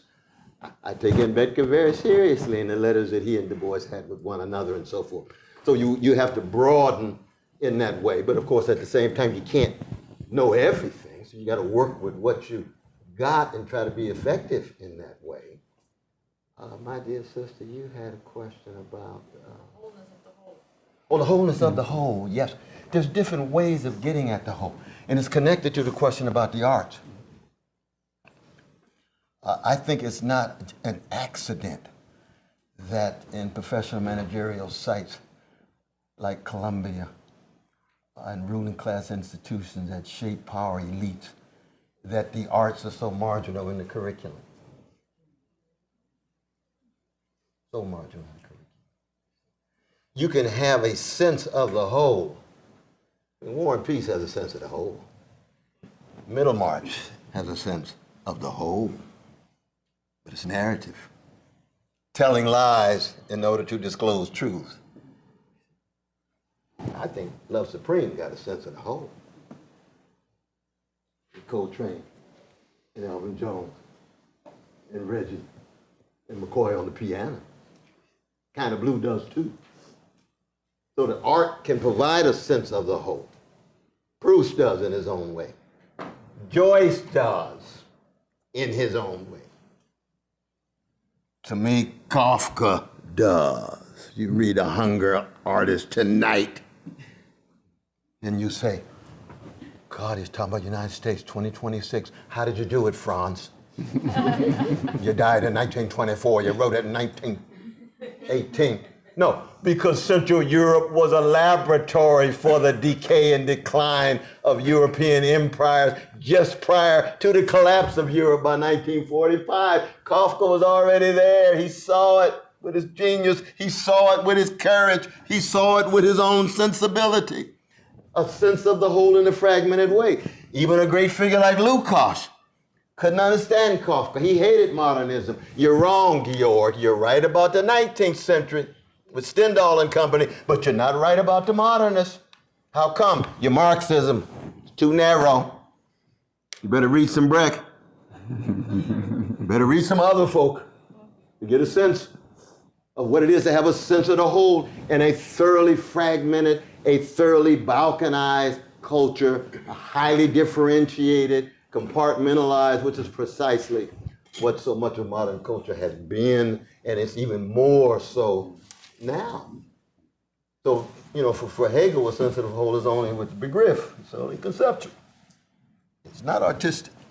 I think it can be in a variety of different forms. I think we have to pluralize across the board. The same is true with forms of resistance, the strategies, the tactics, and so forth. The politicians that want to go on the inside, you support them and keep them accountable. Folk who want to hit the streets and go to jail, they have a crucial role to play. Folk who just want to write poetry and tell the truth, they have a crucial role to play. Others who think about burning it down every other week or so, they have a crucial role to play, at least in the way in which they think. Now, I'm not talking about strategy and tactics, but it may come to that. You never know. No, because we got to be honest about this thing. If somebody coming, gonna talk about my mama, or my daughter, or my wife or kids, I'm not a pacifist about these things at all. In the name of Jesus, I'm gonna come out swinging. Ain't no doubt about that. No, come and eat my dog and my cat. You ain't lying. They might eat the dog food, but they're not gonna mess with the dog. Amen. But the crucial thing is that, and this is very Nietzschean. Nietzsche says he wants to rank philosophers by their mirth, their ability to generate laughter. That's a very deep insight, even by a right-wing aristocratic elitist like Nietzsche. It's a deep insight because it has everything to do with so much of the lives of the folk that I grew up with. That we don't live without the David Chappelles and the Mom Maisleys and the Richard Pryors, not because they're entertainers, because life is so thoroughly absurd. You got to be able to equip yourself to deal with the incongruity and the hypocrisy and the mendacity and the barbarity, and one way you preserve your humanity and agency is to be able to crack a joke and a smile and a hug and form of solidarity to keep things going, to lighten it up owing to the gravitas of what you're dealing with. And Nietzsche understood that very, very well. He said, give me a Socrates who dances and laughs. Give me a Jesus who break dances and moonwalks like Michael Jackson. Jesus may not have done it, but I've been in some black churches. I saw Jesus moonwalking all across No, I'm just kidding. I know we got. I hope I touched on a number of the questions here. I think so. I think we are indebted to you for this wonderful evening, for all of your insights, and for bringing together the whole, right? The Hegelian whole and the Nietzschean insights as well. Thank you so much, Cornel West. It's beautiful. No, it was wonderful. Thank you all so much. All right. Thank you all.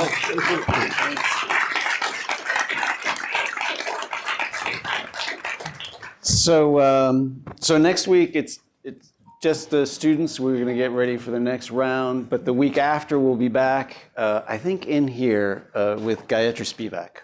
Okay. All right. So I will. So thank you very much, and see you soon. All right. Joe, how you doing, my Oh my God. I was like, hey, I must have altered.